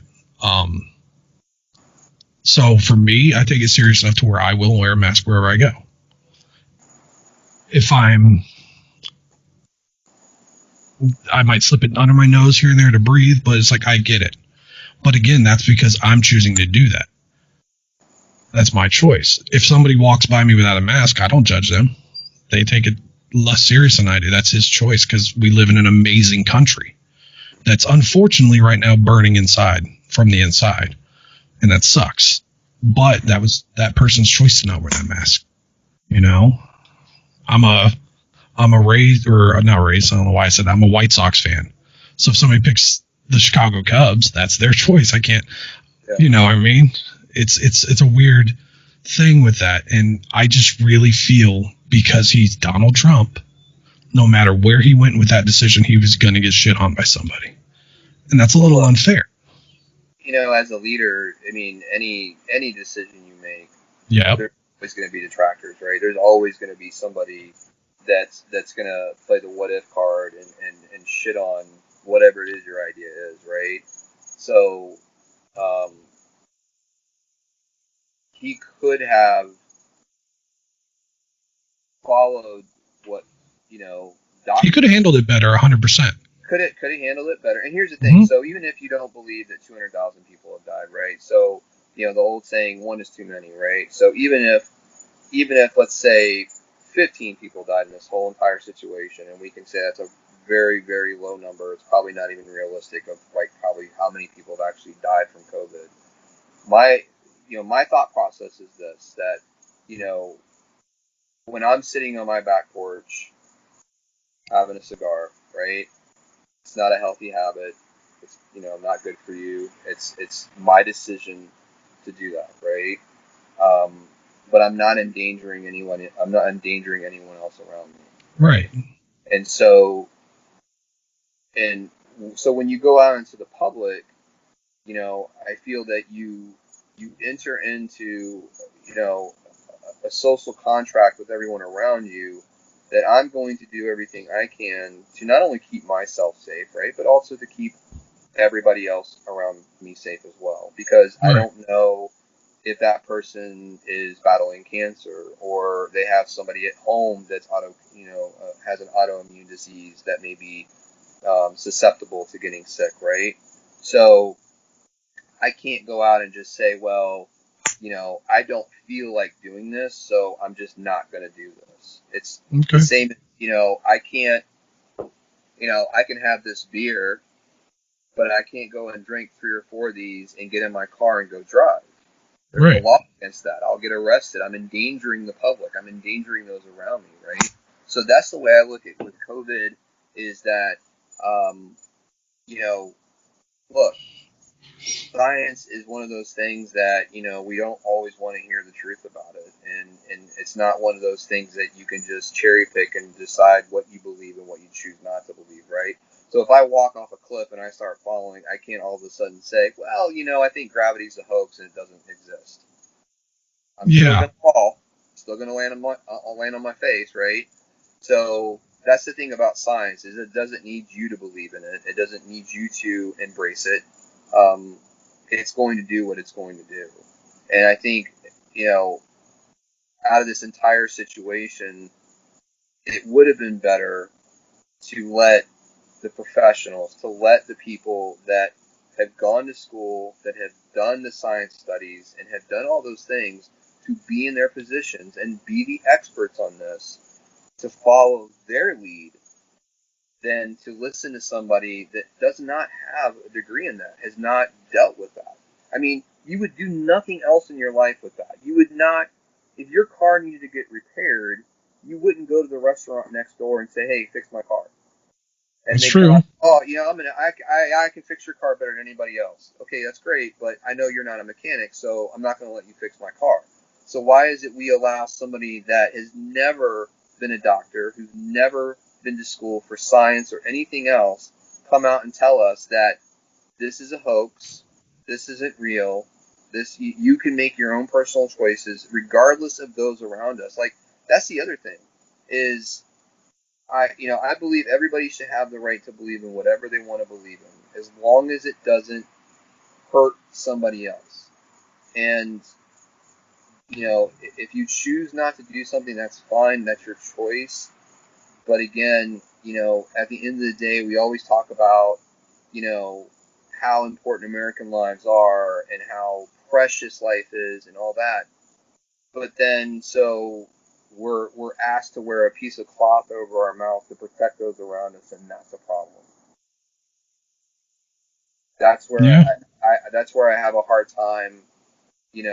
So we talk about the Second Amendment rights in this country, which that's the other thing that's always used as a red herring, is that well, if Biden and Democrats get into office, Democrats want to take your guns. No, I don't. I don't want to take anybody's guns. Do I want responsible gun ownership? Absolutely. Right. Do I want somebody that can't drive a car? No. Do I want somebody that shouldn't own a gun to own a gun? No, I don't. And I think there's responsible things in there that can be done, and most Americans agree with that. But that's something that's always defended and talked about not taking the Second Amendment right away. But it's like, I don't want to take that right away from you, but yet somebody don't put on a mask and stay safe in public so that somebody else doesn't get sick. That's just a bridge too far. That's Right. just too much fast. But you bring up the Second Amendment, that's another perception thing of how it's presented. So a lot of people think that that's what they want, is they just want to take our guns. But really, they just want you to take responsibility. They want you to legally own it, this, that, and the other. Same thing came up with this whole wall situation. Immediately, people said, oh, he's getting rid of all immigrants. No, he's not. Illegal immigrants. You want to come to this country legally? That's fine. Do that. Why can't people understand that? Okay, so let's take both those pieces, right? Same thing, right? So the first part was, well, the second part was the wall. The first part was the guns piece, right? So, look, I mean, to use the Star Wars reference of, fear leads to hate leads to, so fear is a very powerful motivator, right? I mean, it's literally, something that is built into our DNA to help us survive, right? Like I just read a great book called The Gift of Fear, and it talks about um, how fear is a healthy emotion because it keeps us safe, right? Right. It alerts us to danger, right? But it's a very powerful emotion, and it's also one that it can be weaponized and it can be used against people. And so when you talk about what most Americans in this country have voted on or would vote on and say when it comes to gun ownership, for example, that we all want to have universal background checks. We want to make sure that non-violent offenders have weapons. Things like reasonable gun ownership, right? Like that's what most people want. That's probably what most Republicans want. That's probably what most Democrats want, right? But then you go to the message, and that's where it changes. The message Right. is if they get into office, they're going to take your guns. No one said that. I haven't said that. I don't know any of my friends that are Democrats that have ever said that, right? They said it all throughout the Obama administration that he's coming for your guns. Okay, never happened, right? But Right. it's a way to instoke fear, which then is a way to motivate your base to get them to go and do what you want them to do, which is to vote for you. But the Democrats do the same thing. They try to invoke fear about Trump, how he does this and he wants this, but that's never been proven or said. So it's like it goes both ways. I am a Democrat. That's the thing. So I'm registered. What's an example of something that the Democrats have done where they've tried to stoke fear about Trump that's not true? That the immigration thing in general. They tried saying he's trying to kick out all immigrants, basically. He's building this wall to keep you from coming to our country, and that wasn't the truth at all. He said that he literally wanted to keep the rapists and murderers from coming here. Okay.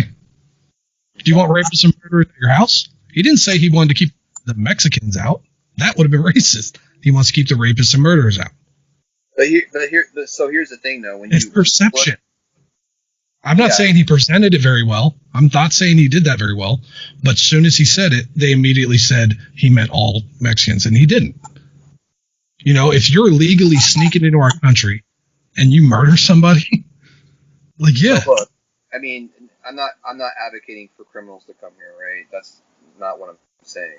But there's a lot of illegal immigrants in this country that actually came here legally through visas, through work visas, things like that.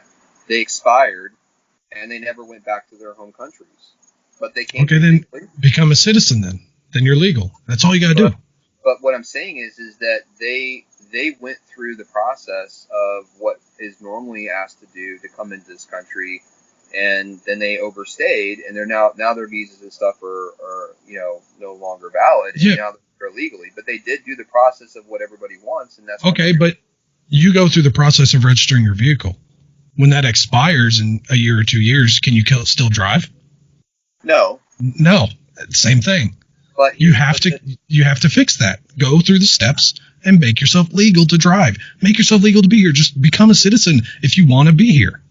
Well, here's the thing I look at, though, is, I look at where some of these people are coming from, right? And I look at the side of it from empathy, right? So when you go back to, the turn of the 19th century, when we had the mass influx of immigrants coming from, Europe, Eastern Europe, right. Probably where a lot of our where we came from, basically, yeah. Right? We're all immigrants. We're all fleeing a lot of different, situations. The people that founded this country were fleeing religious persecution, things like that, right? And a lot of the people that are coming from right now that we're trying to come up from South America and stuff like that, also facing a lot of different really difficult situations that, in those moments where you're faced with, I need to protect my family, I need to protect my children, my wife, and you get to a place that's safer than where you were, and then you're told, nope, you can't come here, you need to go back to that unsafe place. As a person, as a family, as a father, as a brother, sister, whoever, how can we sit there and look at those same people and say that that's okay? But they can do that. They can come here, though. That's the thing. Oh, legally. They can go through the steps. If they go through the steps, but do you know how long it takes to go through those steps? I know it might take a while, but at the same time, it takes a while to go through steps for a lot of legal things. But that's the thing, it's just, if you want to legally own a gun, you got to go through steps. So think of it like it just confuses me. No, but like here, we ask for something. I'll put it in terms like this. So Walking Dead, right? So you're fleeing this, you're fleeing Atlanta. You're trying to get out of Atlanta, and you get to Herschel's farm, right? Yep. And so you're fleeing. You've got your family in tow. Everybody's not in a safe situation. There's this sanctuary. There's this place to get to that's safe, right? And Herschel meets you at the front gate and says, "Hey, I get what you're seeing. I get what you're fleeing, right? But I've got this paperwork, and I've got all these steps that you're going to have to go through. They could take up to 3 to 4 to 5 to 6 years. So go out there and survive that, and good luck. And come back and see me when you got all that done, and if it gets done, right? So that's the part that I can't bridge, is that I understand wanting to make it legal and wanting to make sure that somebody that should be here is here. But so then why don't we change that? Change the way people can get in. You know what I mean? Change the process. That whole system needs to be overhauled, right? But at the same time, though, like if you go back to when our ancestors came here, especially if you go back to like my family, who, my father told me like our family was probably one of the first families in Jamestown, which was one of the first colonies found here in America. Right. They didn't have to go through all that. And it could have easily been said that... That's also because we just took this country over from the natives, like bullies. But was that right? No, it wasn't. But at the same time, that's where we are. But that doesn't. But that's the thing. It doesn't make it right. So for us to now, it's one of those things where it's like, you're on a sinking ship, and you manage to be a lucky one to get into that boat and survive, and decide, now I'm going to pull the ladder up so nobody else can get in.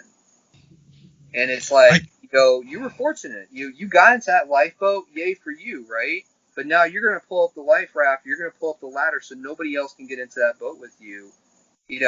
That's the thing. When you're born on the side of being fortunate, it's very easy to look at those that are not as fortunate and go, yeah, but you need to go through these. You need to do all this stuff. But it's easy for us to say that because we're here. We have the luxury of not being in some of those situations, and then to turn and say to somebody else that, no, you got to go through all this other stuff that I never had to go through, and none of my ancestors have ever had to go through. It's the humanitarian part of it that I take issue with. Like, I understand everything that you say too. Like, I get the empathy part, and I completely think the system needs to be rehauled. Yeah. To get them legally here, because it's just too long. But then I also look at the other side of, like, you bring up The Walking Dead. Rick's group shows up to Herschel. If Herschel just said no, get out. Herschel built that farm. He sustained it that whole time. And you just want to come on here and live here? No. He has a right to say, if you want to be here, you got to do this. He has that right. Like, that's his place. So, both sides of it, I think. But think of it like this, though. Had Herschel never let them on the farm, his daughters would have never survived. It's true. But then again, they also brought a lot of trouble there. They lost 3-4 people before that, especially in the comics. So it's like, but like, what's it like for Canada? How do you become a Canadian? If you want to go live in Canada the rest of your life, what do you have to do? Kind of the same process, right?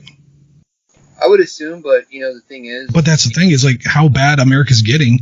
If I want to escape this because I'm scared, look at like everything going on, it's kind of scary. If I want to leave, I can't just go over there and I'm in. I have the same kind of situation. And I'm trying to look at it from both sides, because I am a registered Democrat, but I kind of agree with a lot of what Republicans are saying. And I feel like a lot's kind of switching in a weird way, whereas the Democratic Party is always supposed to be about that working class middleman, but the only people that I see having Democratic signs are over on Park Street with the mansions and all the celebrities endorsing. And I'm like, you guys have all this money. And like the people that are broke down here in Slumville have the Trump signs. And when did that switch? Well, look, I mean, first and foremost, I mean, I think, and I listened to a podcast recently where this historian talked about, when this country was first founded, and that actually George Washington himself said you should not have a two-party system, right? But we do, and that's the system that we have currently, right? It's not a perfect system. Do I think that both parties are guilty of, their own misconduct and stuff? Absolutely. Like neither parties is free of guilt, right? Like they all take some ownership. But the one thing that's always gotten to me about the on the Republican side is don't let the Democrats get in there, because if they do, they're going to raise your taxes, and they're going after the middleman. They're going after the the blue collar worker. They're going after the middle class. But yet, when the Republicans are in power and we do all these tax breaks, most of those tax breaks go to the upper 1%. Not the ones that own the companies that we work for, though. Without the 1% succeeding, where would we go? Let me ask you a more basic question, right? So I'm very naive on politics, and you know this. No, it's okay. No, that's why I argue both sides. So take Citizens United, for example. Do you know what Citizens United is? So basically, the Supreme Court basically said that, take an entity like Amazon, for example. They can contribute to political foundations. They can do everything that you and I can do, because essentially they're considered an individual, right? So, okay. So you pay taxes, right? Yep. I pay taxes. But Amazon, that did 160 billion, or Jeff Bezos, who's worth 160 billion, God only knows how much Amazon actually did last year in sales, or this year, let alone.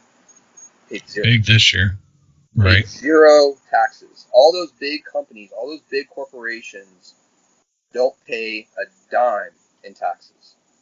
And so if they're individuals and they're recognized as somebody like me and you, well, I can't just say, well, I'm a job creator, I shouldn't have to pay taxes either, because essentially I am, right? When I go and buy gas, I'm creating a job for somebody else to bring that gas to the gas station. When I go to Publix and buy groceries, I'm creating a job for that cashier and that bag boy, right? But I still pay taxes. So why does a company like Amazon not have to pay taxes? Right? I mean, that's a good way to look at it. That's where I side on that side of it. I'm so down the middle that I agree with so much each side says, but for me, it's the personalization that each side has been bringing. Aside from you, because you've always been very knowledgeable about it, so I respect everything you say. But the thing is, though, the Republicans have people that are wealthy, that are famous, that have. Oh, I agree with that. And so do the Democrats, right? Like, right. I think sometimes we pay too much attention to those people. Yes, and news. Like that's what's bothering me. Yeah, we don't pay attention enough to the people in the middle, which is you and I, right? Right.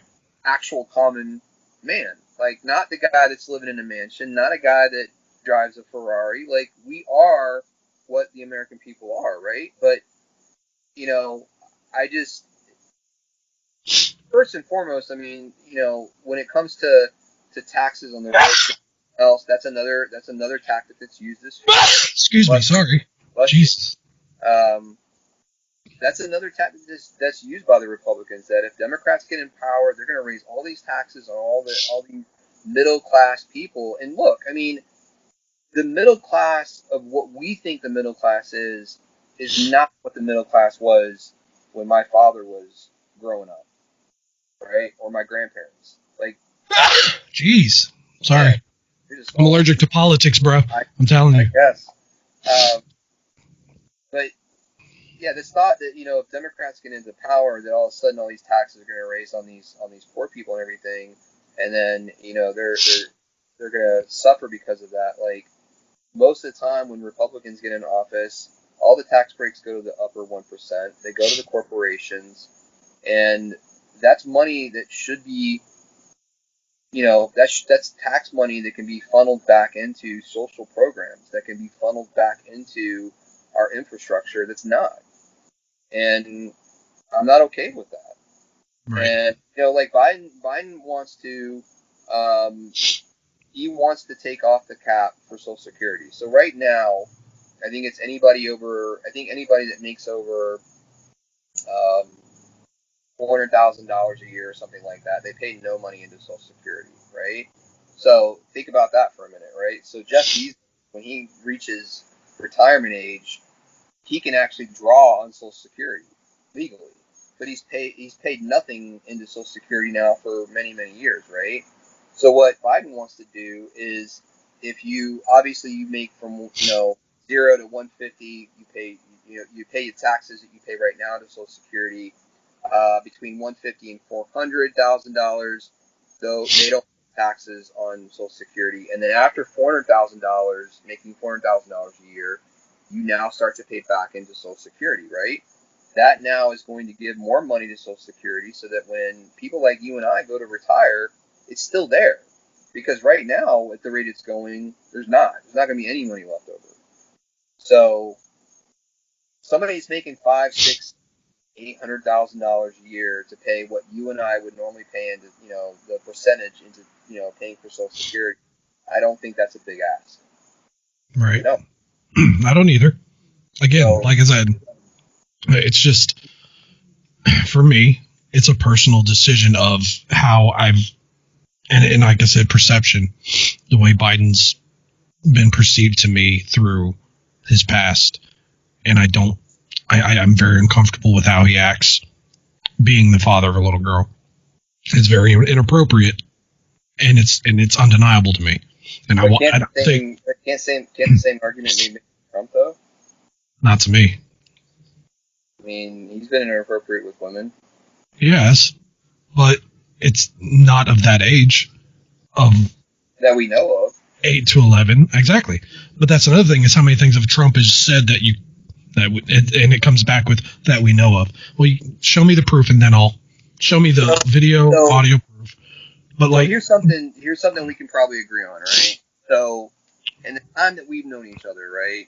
We can agree on a lot with this. I do. What I'm saying is, in the time that we've known each other, right, in the last years, you even said earlier, like, you're scared for where our country is right now, right? How divided it is, how, basically it's just it's a ticking time bomb, right? Yeah. Don't you think that the words and the things that Trump has said and done bear some responsibility on that? Some, but not as much as other people do. And that, for me, is because since day one, he wasn't given a chance to do this, okay? If there was even just at least a little bit of time to back him up fully as our president, like we know we'll do with other presidents, back him up, just give him a chance. Well, what could we have accomplished instead of immediately, right out the gate, he's not my president. No way. He's our president. I'm sorry. He was our president for 4 years. He got voted in. Give him a chance. Back him up as our commander and leader. Does he need to delete Twitter? Yes. Is he a bad representation of the country? Probably. He's an idiot when he talks. But he's the president. And there was no backup at all, aside from the small group that he had. And if he would have had that, what could have happened? Immediately, it was just trying to get him out right off of rip. And so that's a big part for me. I mean, and I didn't vote for him, though. That's the thing. I didn't vote for him. Yeah. So look at what happened when Obama came into office. You immediately had the rise of the Tea Party.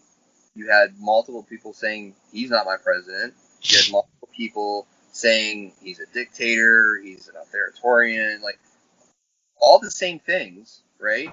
But not to this level.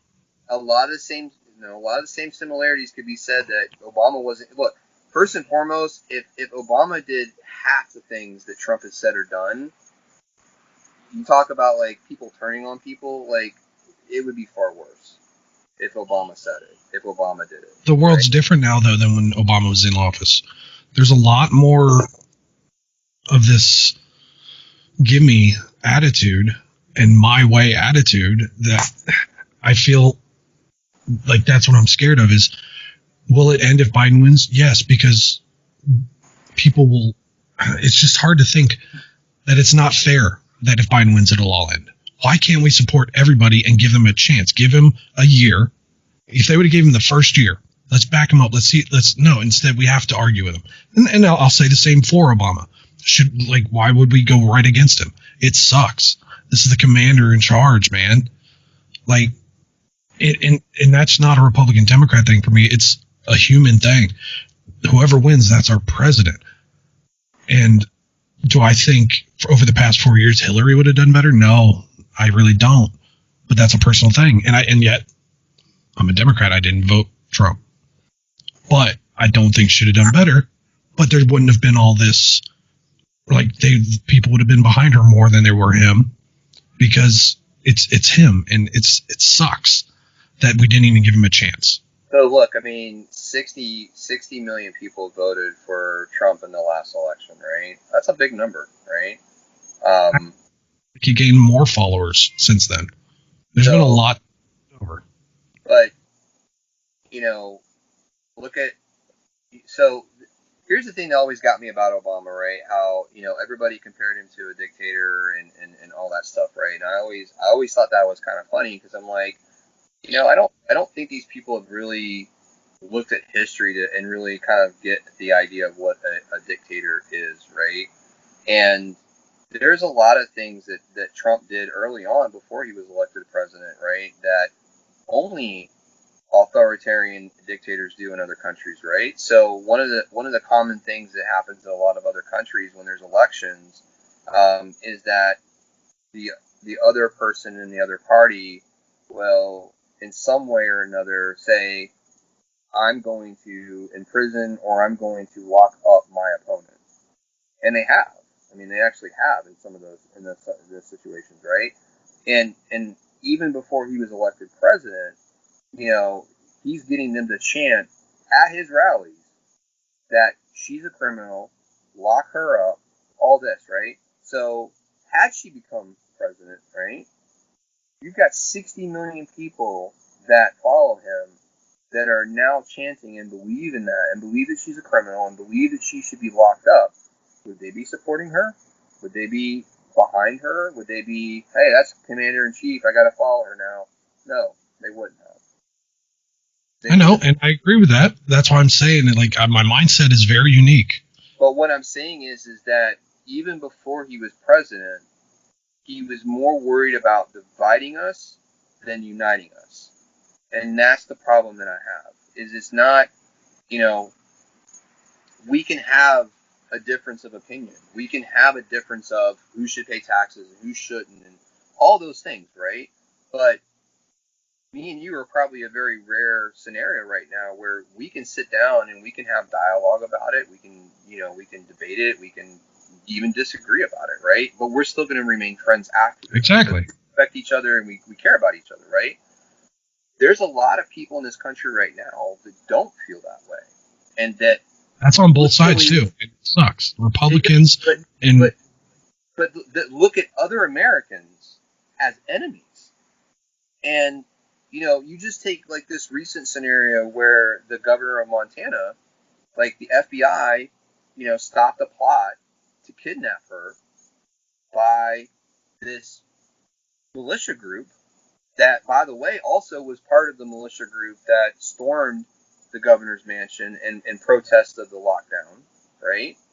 And the thing I kind of take issue with some of that is that, when those guys walk in with tactical gear and AR-15s and face masks or mask and goggles and all that stuff, it's seen as a peaceful protest. But then, that's about any protest right now. That's where the media is fucking us up. No. And the media is not. And here's the thing, though. So all protests right now are considered peaceful, no matter what, and they're out there with guns and shit, burning down buildings, and they're like, "Well, a peaceful protest was interrupted." No, that wasn't peaceful. So here's the thing. So the media, look, I mean, the media, the mainstream media, right? Their job is to make money, right? Yeah. So Trump, when he came out and was running, I mean, he was a gold mine, right? And he's been a gold mine for them for the last 4 years, right? I mean, everybody loves a good car accident or a good train wreck, right? And that's what it's been, right? So it gets them ratings, right? On the other side of that, though, you have a lot of legitimate journalists out there that are trying to do their job, that are trying to be impartial, that are trying to be honest, and he's attacked journalists nonstop. He said the press is the enemy of the people. Well, if all these, true Americans that love the Constitution, okay, well, freedom of the press, that's built into the Constitution. So if you love your Second Amendment, then you got to love the amendment to have free press, right? And you can't go out and start attacking free press and say that everybody that says something that you don't agree with, that you don't like, is a hoax. They're the enemy of the people. That's divisive and that's dangerous. That also seeds doubt.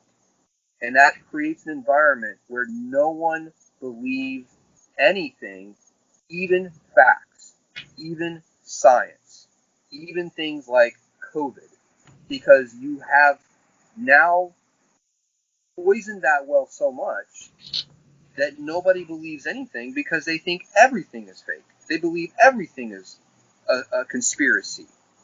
And so that is dangerous. And that's the problem that I have with him is that, look, as a leader, as the president of the United States, he does not have the advantage or the opportunity to go out and divide people and say things like that, and it just be taken as, well, the guy just doesn't speak well, and that's it. You got to be better than that then. Okay, just to counter that, because that's what I like to do, because I sit on both sides. Was he given any advantage to even try anything, or an opportunity? I know he's the president. He doesn't have the most power. The Senate does. He's a deciding vote. And that's another thing is, like, people in the Senate, they shouldn't be there as long as they have been. No, that's stupid. Term limits, and I agree with that. Yeah, I don't think somebody should be able to sit on the Senate for 60, 70 years. I mean, that's ridiculous. Exactly. It's because like a big argument for Biden against him right now is how long's he been part of it? What's going to change now? So that's a good argument. Yeah, but I mean, my thought process with that is that, look, I mean, yeah, has Biden been around for a long time? Absolutely. But he's never been president, right? No. And also, too, I also have to think that the people that he's going to choose to surround himself with, he's gonna try and pick the best, the brightest, and the smartest people to help him. That's what any good leader would do, right? Like, you cannot bear it all. You cannot do it all, right? And that was also something that Trump really, loved doing was, I'm going to be the savior of everyone. I'm going to be. That's the businessman in him. But I think. But any good leader knows that you're not the only one. And if you try to think that you're going to move the needle as a leader all on your own, you're kidding yourself. Like, no good organization, no good leader has ever been able to do that, right? And so, I think just that's the part for me is, and look, I mean, we talked a little bit about the protests, right? And that is something, again, that is something in America that we have enjoyed pretty much since the founding time of our republic, that if you disagree, you can protest, right? Yeah. There's countries you can't do that in. You go to jail and you disappear and no one ever sees you again, right? But what I also find interesting about the argument with protest, though, is that if one group of people protest, it's okay, but if another group of people protest, it's not okay, right? So, like, you take, for example, like the protests that we've had over the last 7, 8 months, right? Have there been buildings burned down? Yes. Have there been businesses that have been impacted by that? Absolutely, right? That's all you see, too, because the media won't show the actual peaceful protests, which I hate. But I think there's been plenty of protests that have been out there that have been peaceful, right? I agree. But You don't again, see it. going back and making the argument for those Americans that always want to go back to our founding fathers and all these wonderful things that we did back at the very beginning of our country. So when we decided to protest against the British government for taxation without representation, what did we do?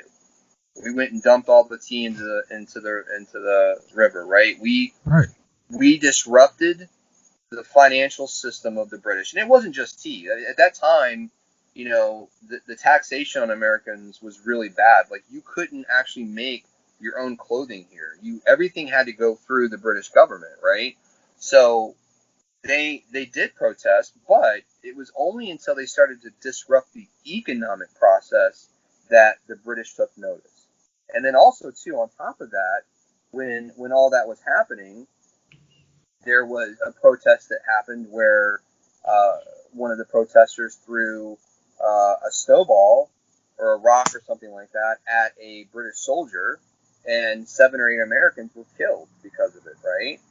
So now that whole entire process was not a peaceful protest, because it ended up turning into the Revolutionary War, and our country was founded, right? But it was all founded off of protest disrupting the economic system because we didn't feel that we were being treated fairly, right? So now you fast forward to now, where you have a group of people in this country that feel, and again, perception's everything, right? And me and you cannot sit in their shoes and say how it is to be a black man or a black woman in this country, right? Right. And I've listened to people since this all started, and I've when I was working at Victoria's Secret, like, there was a guy up in New York, like, after this all started, where we got on a Zoom call as a company, and he shared, and this is like a guy that's like my age, black man in New York, talking about being stopped and frisked in New York City during the times when Giuliani was in power and the stop and frisk was in play, and you could literally just be stopped and frisked for no reason, right? And it always predominantly fell on African American men. And he even said, like, there was times where I was in a car with multiple white guys, and I was the only black guy in the car, and I was pulled out of the car physically by the police, right? Nobody else in the car was. And this guy starts crying. I've talked to people that I know that are African Americans that talk about when they're buying their car for their child for the first time, how they have to talk about all the things they can't do, because if they get pulled over by the police, that there's a chance that they could get killed. No American should have to have that conversation with anybody in their family, right? I agree. And yeah, are there some looters in this? Are there some people that are probably out there doing no good? Absolutely, right? But at the same time, though, if since the civil rights era, they've been protesting their treatment in this country. They haven't seen a lot of change, and then there's a lot of things that have happened in this last year that should have never happened. Sometimes, you know what? You got to disrupt the economic system in order to get your point across. I agree with that, because something doesn't do enough. I agree with that on one aspect, because what I took from the way the protest ended up, I don't agree with it. I don't agree with the violence and the burning, and I never will. But the way you look at it is, if my daughter came up to me early in the morning and said, "Dad, I don't feel good." I'm like, all right, well, we'll keep an eye on it. Tell me how you feel later, blah, blah, blah. Daddy, I don't feel good. Okay, that's fine. When it comes to the point later in the night that she's crying and yelling at me and throwing things because she didn't feel good, I'm finally going to take notice. And it sucks. That's on me. That's my fault, because I'm not listening. So this is another thing, is it's back up to whoever's in office, which right now is Trump, and just everyone in general. They're not listening. And that's always been that way.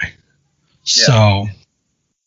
well, and I think, the thing, look, I mean, we're both in professions where we deal with law enforcement. I've dealt with law enforcement officers and detectives and agencies for, over 20 years now. And I've met plenty of good officers, right? But in the same breath, I've talked to police officers, and look, I mean, I don't know if you've experienced this, but being a white male, I've had other white males say things around me because they think I'm a white male and I'm going to agree with what they're saying, right? And Same thing. I've my buddy Justin was friends with a Pinellas County Sheriff's officer that he's no longer friends with, and we've talked about him before. That said a lot of inappropriate and racist things around me, and my whole problem with the issue with the police is that you put it in terms of this like this, right? So at your job, right, or my job, if we were to go out and we were to stop a shoplifter and we were to, critically injure that person or even worse, right? And we did not follow all of the company guidelines and do all the things that we're supposed to do, right?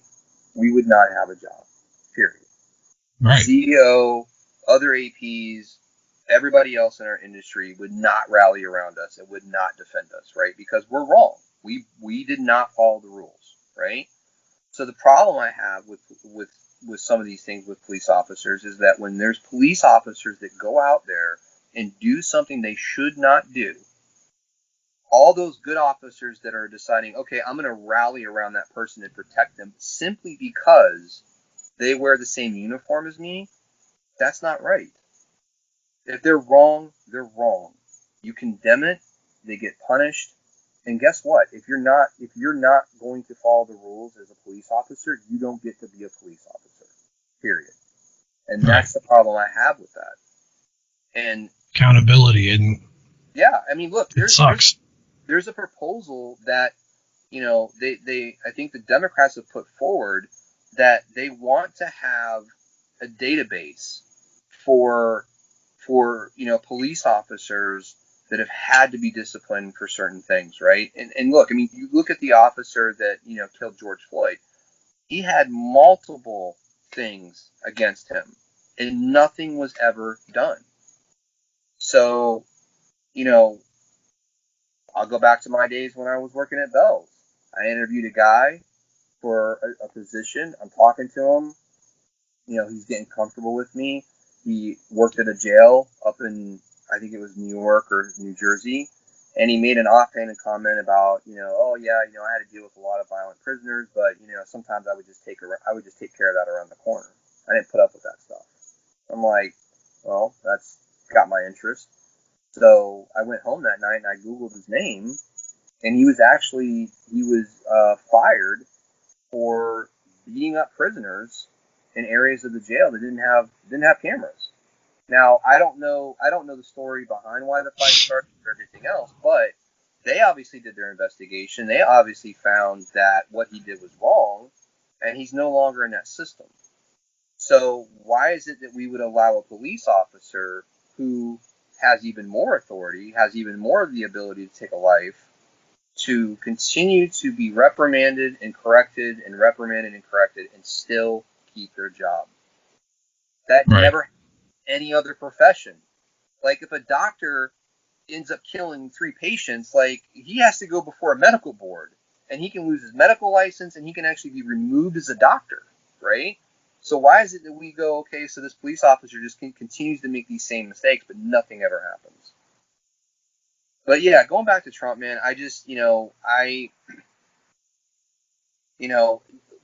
I'm not blind to the fact that there's never been a perfect president, and there's never gonna be, right? Nope. We all look at Abraham Lincoln and Washington and the founding fathers and all that, and we have this rosy glow about them. And look, they were men just like you and I, and they were flawed and had mistakes and everything else, right? And everybody hated George Bush Jr. and all that, but look, I mean, the one thing we can all agree on is when 9/11 happened, right? He brought the country together.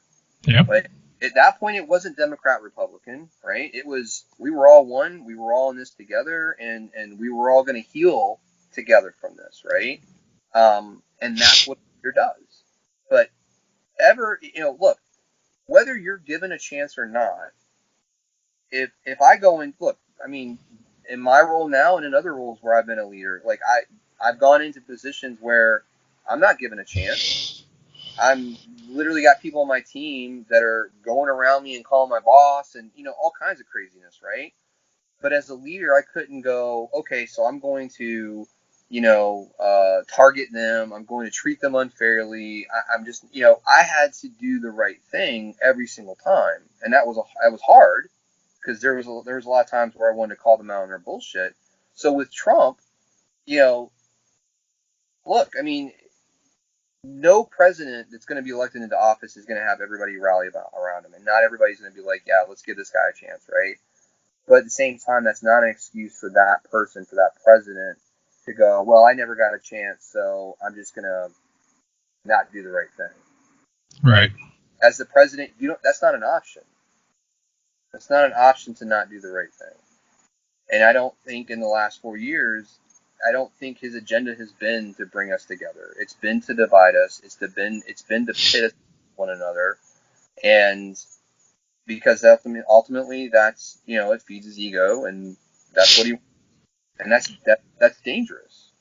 Well, let's say this. If that's what he wants, then he's the first president ever to actually get done what he wanted in fucking office, because that's where we're at. I mean, it's unfortunate, but that's why I'm happy, like, to get your opinion on this. And then, hopefully tomorrow with my cousin, he's going to be because he knows so much about everything, he's going to give me both sides of the story, and you'll get to hear the good and bad of both sides. And I'm looking forward to that, because I'm whoever I think personally is better right now, and there's both sides are bad, honestly, but either one is a bad choice for me. But that's the argument I hear a lot from people is, there's no good choice. I mean, that was 2016 election. That was the argument. There's no good choice.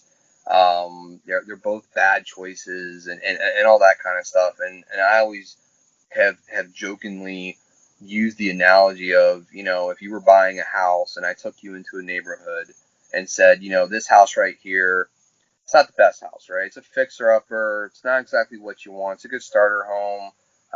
You'll probably end up buying another house down the road, but this will get you started, right? If you got some work, you're going to have to put some money into it, right? So that's the equivalent of Clinton. That's the equivalent of Biden, right? And then I take you down the street and there's a house on fire. Like, which house are you going to buy? Neither one's a good choice, but one is worse than the other. And that's, I mean, and I look at decency as a factor in that, right? So when I look at how,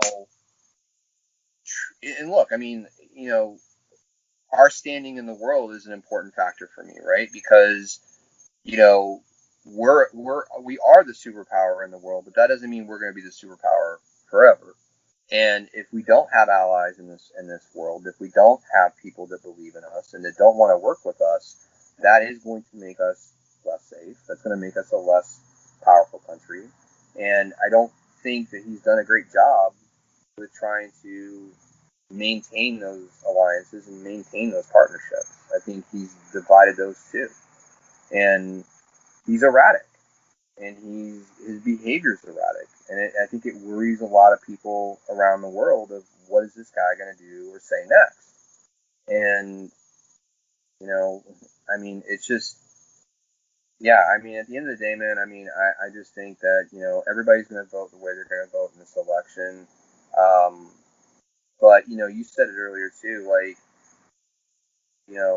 Trump not given a chance and things like that. I mean, in any presidential election, starting, from the very beginning until recently, there's always been a peaceful transfer of power, always. And there's been some contentious presidential elections out there. And I thought, one of the most graceful ones I saw just in my lifetime was when McCain lost to Obama. Yeah. And came out and, the crowd started booing and he calmed him down and said, look, we ran a good fight. We lost that fight. But now it's time we come behind this president and support him, right? And that's what I feel needs to happen either way. But it does. It does. I think this election, neither side will be that way. but it also, look, I mean, I never thought McCain would make a bad president. I didn't think I voted McCain, actually. I thought McCain was a good guy. And in that situation, he showed what kind of person he was, right? Yep. So, but now you fast forward to Trump, and like, he's basically sowing the seeds of, this election's going to be rigged. I mean, he's gone after absentee voting. Well, look, absentee voting's been around since the Civil War. Right. Like, they had to send in absentee votes because they were on the battlefield. So that's a system that's been in place for 150 years, and now all of a sudden you're saying it's not right, that it's fraudulent? Okay, well then that means every other American institution must be fraudulent then. And he's only doing that to lay the seeds of doubt, so if he loses, he can go to his followers and say, it was rigged, I told you it was rigged, that's why he's doing it. And either way, it's going to be bad. Transfer wise, that's what I mean. But that's my point, right? Is that, whether or not he was treated fairly, whether or not he was given a chance, whether or not people supported him, the President of the United States should never in any way sow the seeds of doubt and put into people's minds that if I lose, I'm not going to accept the results. Right. And I agree with that. That's what he's doing. I agree with that. That is very bad. Right. And, I don't think he understands too that if he tries to drag it out and he tries to say, and he's even said it, like, we may not know the results for months or years. Well, in the Constitution, basically, it's written that on January 21st at high noon, if there's not a president-elect, guess who becomes president? Speaker of the House. Yeah. And that would be Pelosi. And I'm sure he doesn't want to see that, right? Right. So, a lot of people don't. You can drag both sides. But anyway, man, I know we got down politics, so sorry I went down. No, I'm glad we did, because with what I'm recording tomorrow for next week, it's going to be good. And there's a couple other people. There's actually a couple more pretty hard Democrats I want to get on here, one being my aunt. And I might get my cousin, who's actually a really strong Trump guy who was a Democrat. Like, he was not Trump at all at first. And he's switched. So I'm out and get them on here and get their peace of mind on it, and hopefully get them all in before the election. Because I'm right in the middle. To me, it's whoever comes at me with a better idea. And that's, like I said before, if Biden wins, that's not who I voted for, but that's my president. I got his back. You know what I mean? But there's not many of me around there the way that my mentality goes, unfortunately. I mean, you're very unique in that sense. I just think for me it comes down to decency. Right. And bringing the country together and healing this division that's come up in the last several years. I mean, it's not good for us to be pitted against one another like this. It's just not. No, not at all. But, yeah. So next time we do, be friends no matter what. Oh yeah, no, that's a discussion. That's nothing. Yeah. Discussions are just what they are. Yeah. But next time we do this, will be on your back porch. I'll provide the cigar if you provide the drinks. Well, either way, I'll have cigars probably. But I know you're still gonna have some, but I probably smoked a lot more cigars in the last 6 months than I probably should have. So. Right. Yeah, I'm looking at mine now, just mad. Dude, I bought 3 boxes of the Monte Cristo White Series. And yeah, I've smoked quite a bit of those. Do you remember what the first one you ever smoked was? Like an actual, like, high caliber cigar, not like a Black and Mild or anything? Oh yeah. It was when I worked at Saddlebrook in Zephyr Hills when I think I was 20, and I worked the golf course, and I'd be out there I had the golf cart with all the drinks and cigars and stuff on it, and we sold Don Thomas cigars, and okay. I remember buying one. Yeah, I mean, it was like, I think it was $12 maybe, which, crazy, right? Yeah. And I remember smoking it and being like, so this is what a good cigar tastes like. Right. Because, I grew up with my dad smoking Dutch Masters and, You know, I had Black and Milds and stuff Right. like that. Those are trash cigars. Well, I remember like the first. It was still considered the first real cigar I had. It was an Excalibur.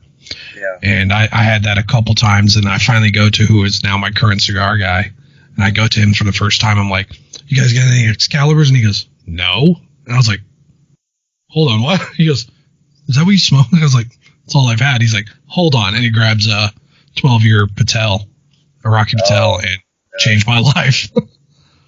Yeah, the Patels are good, man. I've kind of gone away from them, but I will say this: like I like the Monte Cristos, but the Patels, they still burn the best though. That's the one thing I've always found. Yeah, that's how far I got on that Monte Cristo, and it went out on me. And you know, once the cigar goes out on you, it's trash. Not the same. No, it's not. And I mean, I will say, like, in the last 7 months, I've done a lot of research on, like, how to light a cigar. So I used to always, you know, I'd have it in my mouth, and I'd light it. I've noticed that, yeah. Toast it. Yeah. You toast it. And I didn't know that, right? And then I just got this recently. So this Torch? No, it's a V cutter. Oh, okay, yeah, you were telling me about that. Yeah, so you put the end of the cigar here, you press it down, and it V cuts it in there. I'm still getting used to it because I got, like, the old, you know, old cutter. Yeah, that's what I used on this one, was just a regular side cut. Yeah, the V cut for a bigger draw. The V cut looks a little different, and it kind of directs the flow a little bit better. Oh, that smells good. Well, that's why I went to the white series, the Monte Cristo, man, because I had like one or two of them, and then when the pandemic started, I was on my back porch one night and I smoked one. And, you know, with the Patels and all them, like, I ended up getting, like, this, like, bitter aftertaste in my mouth and stuff like that. And I found with the Monte Cristos, especially the white series, very smooth draw, goes great with beer, you know, has a nice, smooth aftertaste, really good fragrance to it. Like, it's just a good cigar. So, what beer are you drinking right now? Well, I need a refill, but that was Stella, because I got my Stella glass. That's one of your go-tos. Yeah, Stella's just a good beer, man. I mean, I like Coronas. I probably should go back to, but I've been on the Stella train now for a while. So, what I've found to be the best beer to go with a Patel is a Negro Modelo. So if you ever have a Patel again, get a Negro Modelo. Yeah, it's like brown bottle, yellow label. Yeah. They pair very well together.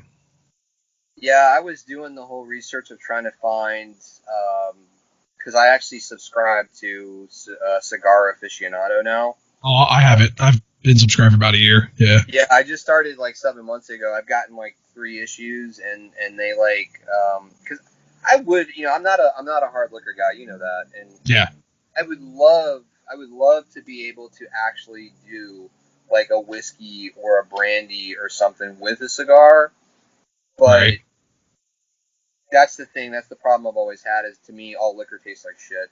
So it just all of it has the same taste. As much as people try to sell me on, you know, the barrel and this, and but I would love to be able to actually do, because I mean, you know, being a cigar lover, like they always say, like, you know, there's a lot of liquors out there that really pair well and complement cigars. So the problem is, I think you were the one that did it with me. I bought the Cavassier because they said it goes good with cigars, and we both agreed that tastes like shit. Yep, that was not good. It was not. I think we had a glass of it and then went to Stella, if I remember. Yeah. Because you had some. Yeah, we're like, nope, let's get the Stella. Yeah, I was so proud of myself. I'm like, man, I did the research. I think I found a good liquor for us, and nope. Right. Oh, that's awesome. Well, we're sitting at 2 hours and 30 minutes, so I knew that'd be the podcast I had with you. Because honestly, we could keep going. That's just what we do. I talk a lot. I can be overwhelming sometimes. I love it. No, you're going to be on here again. I can't wait. So, this will be coming out audio on Spotify and most listening platforms on Tuesday, and on Wednesday it'll be available on YouTube. So that being said, I'll talk with you later, brother.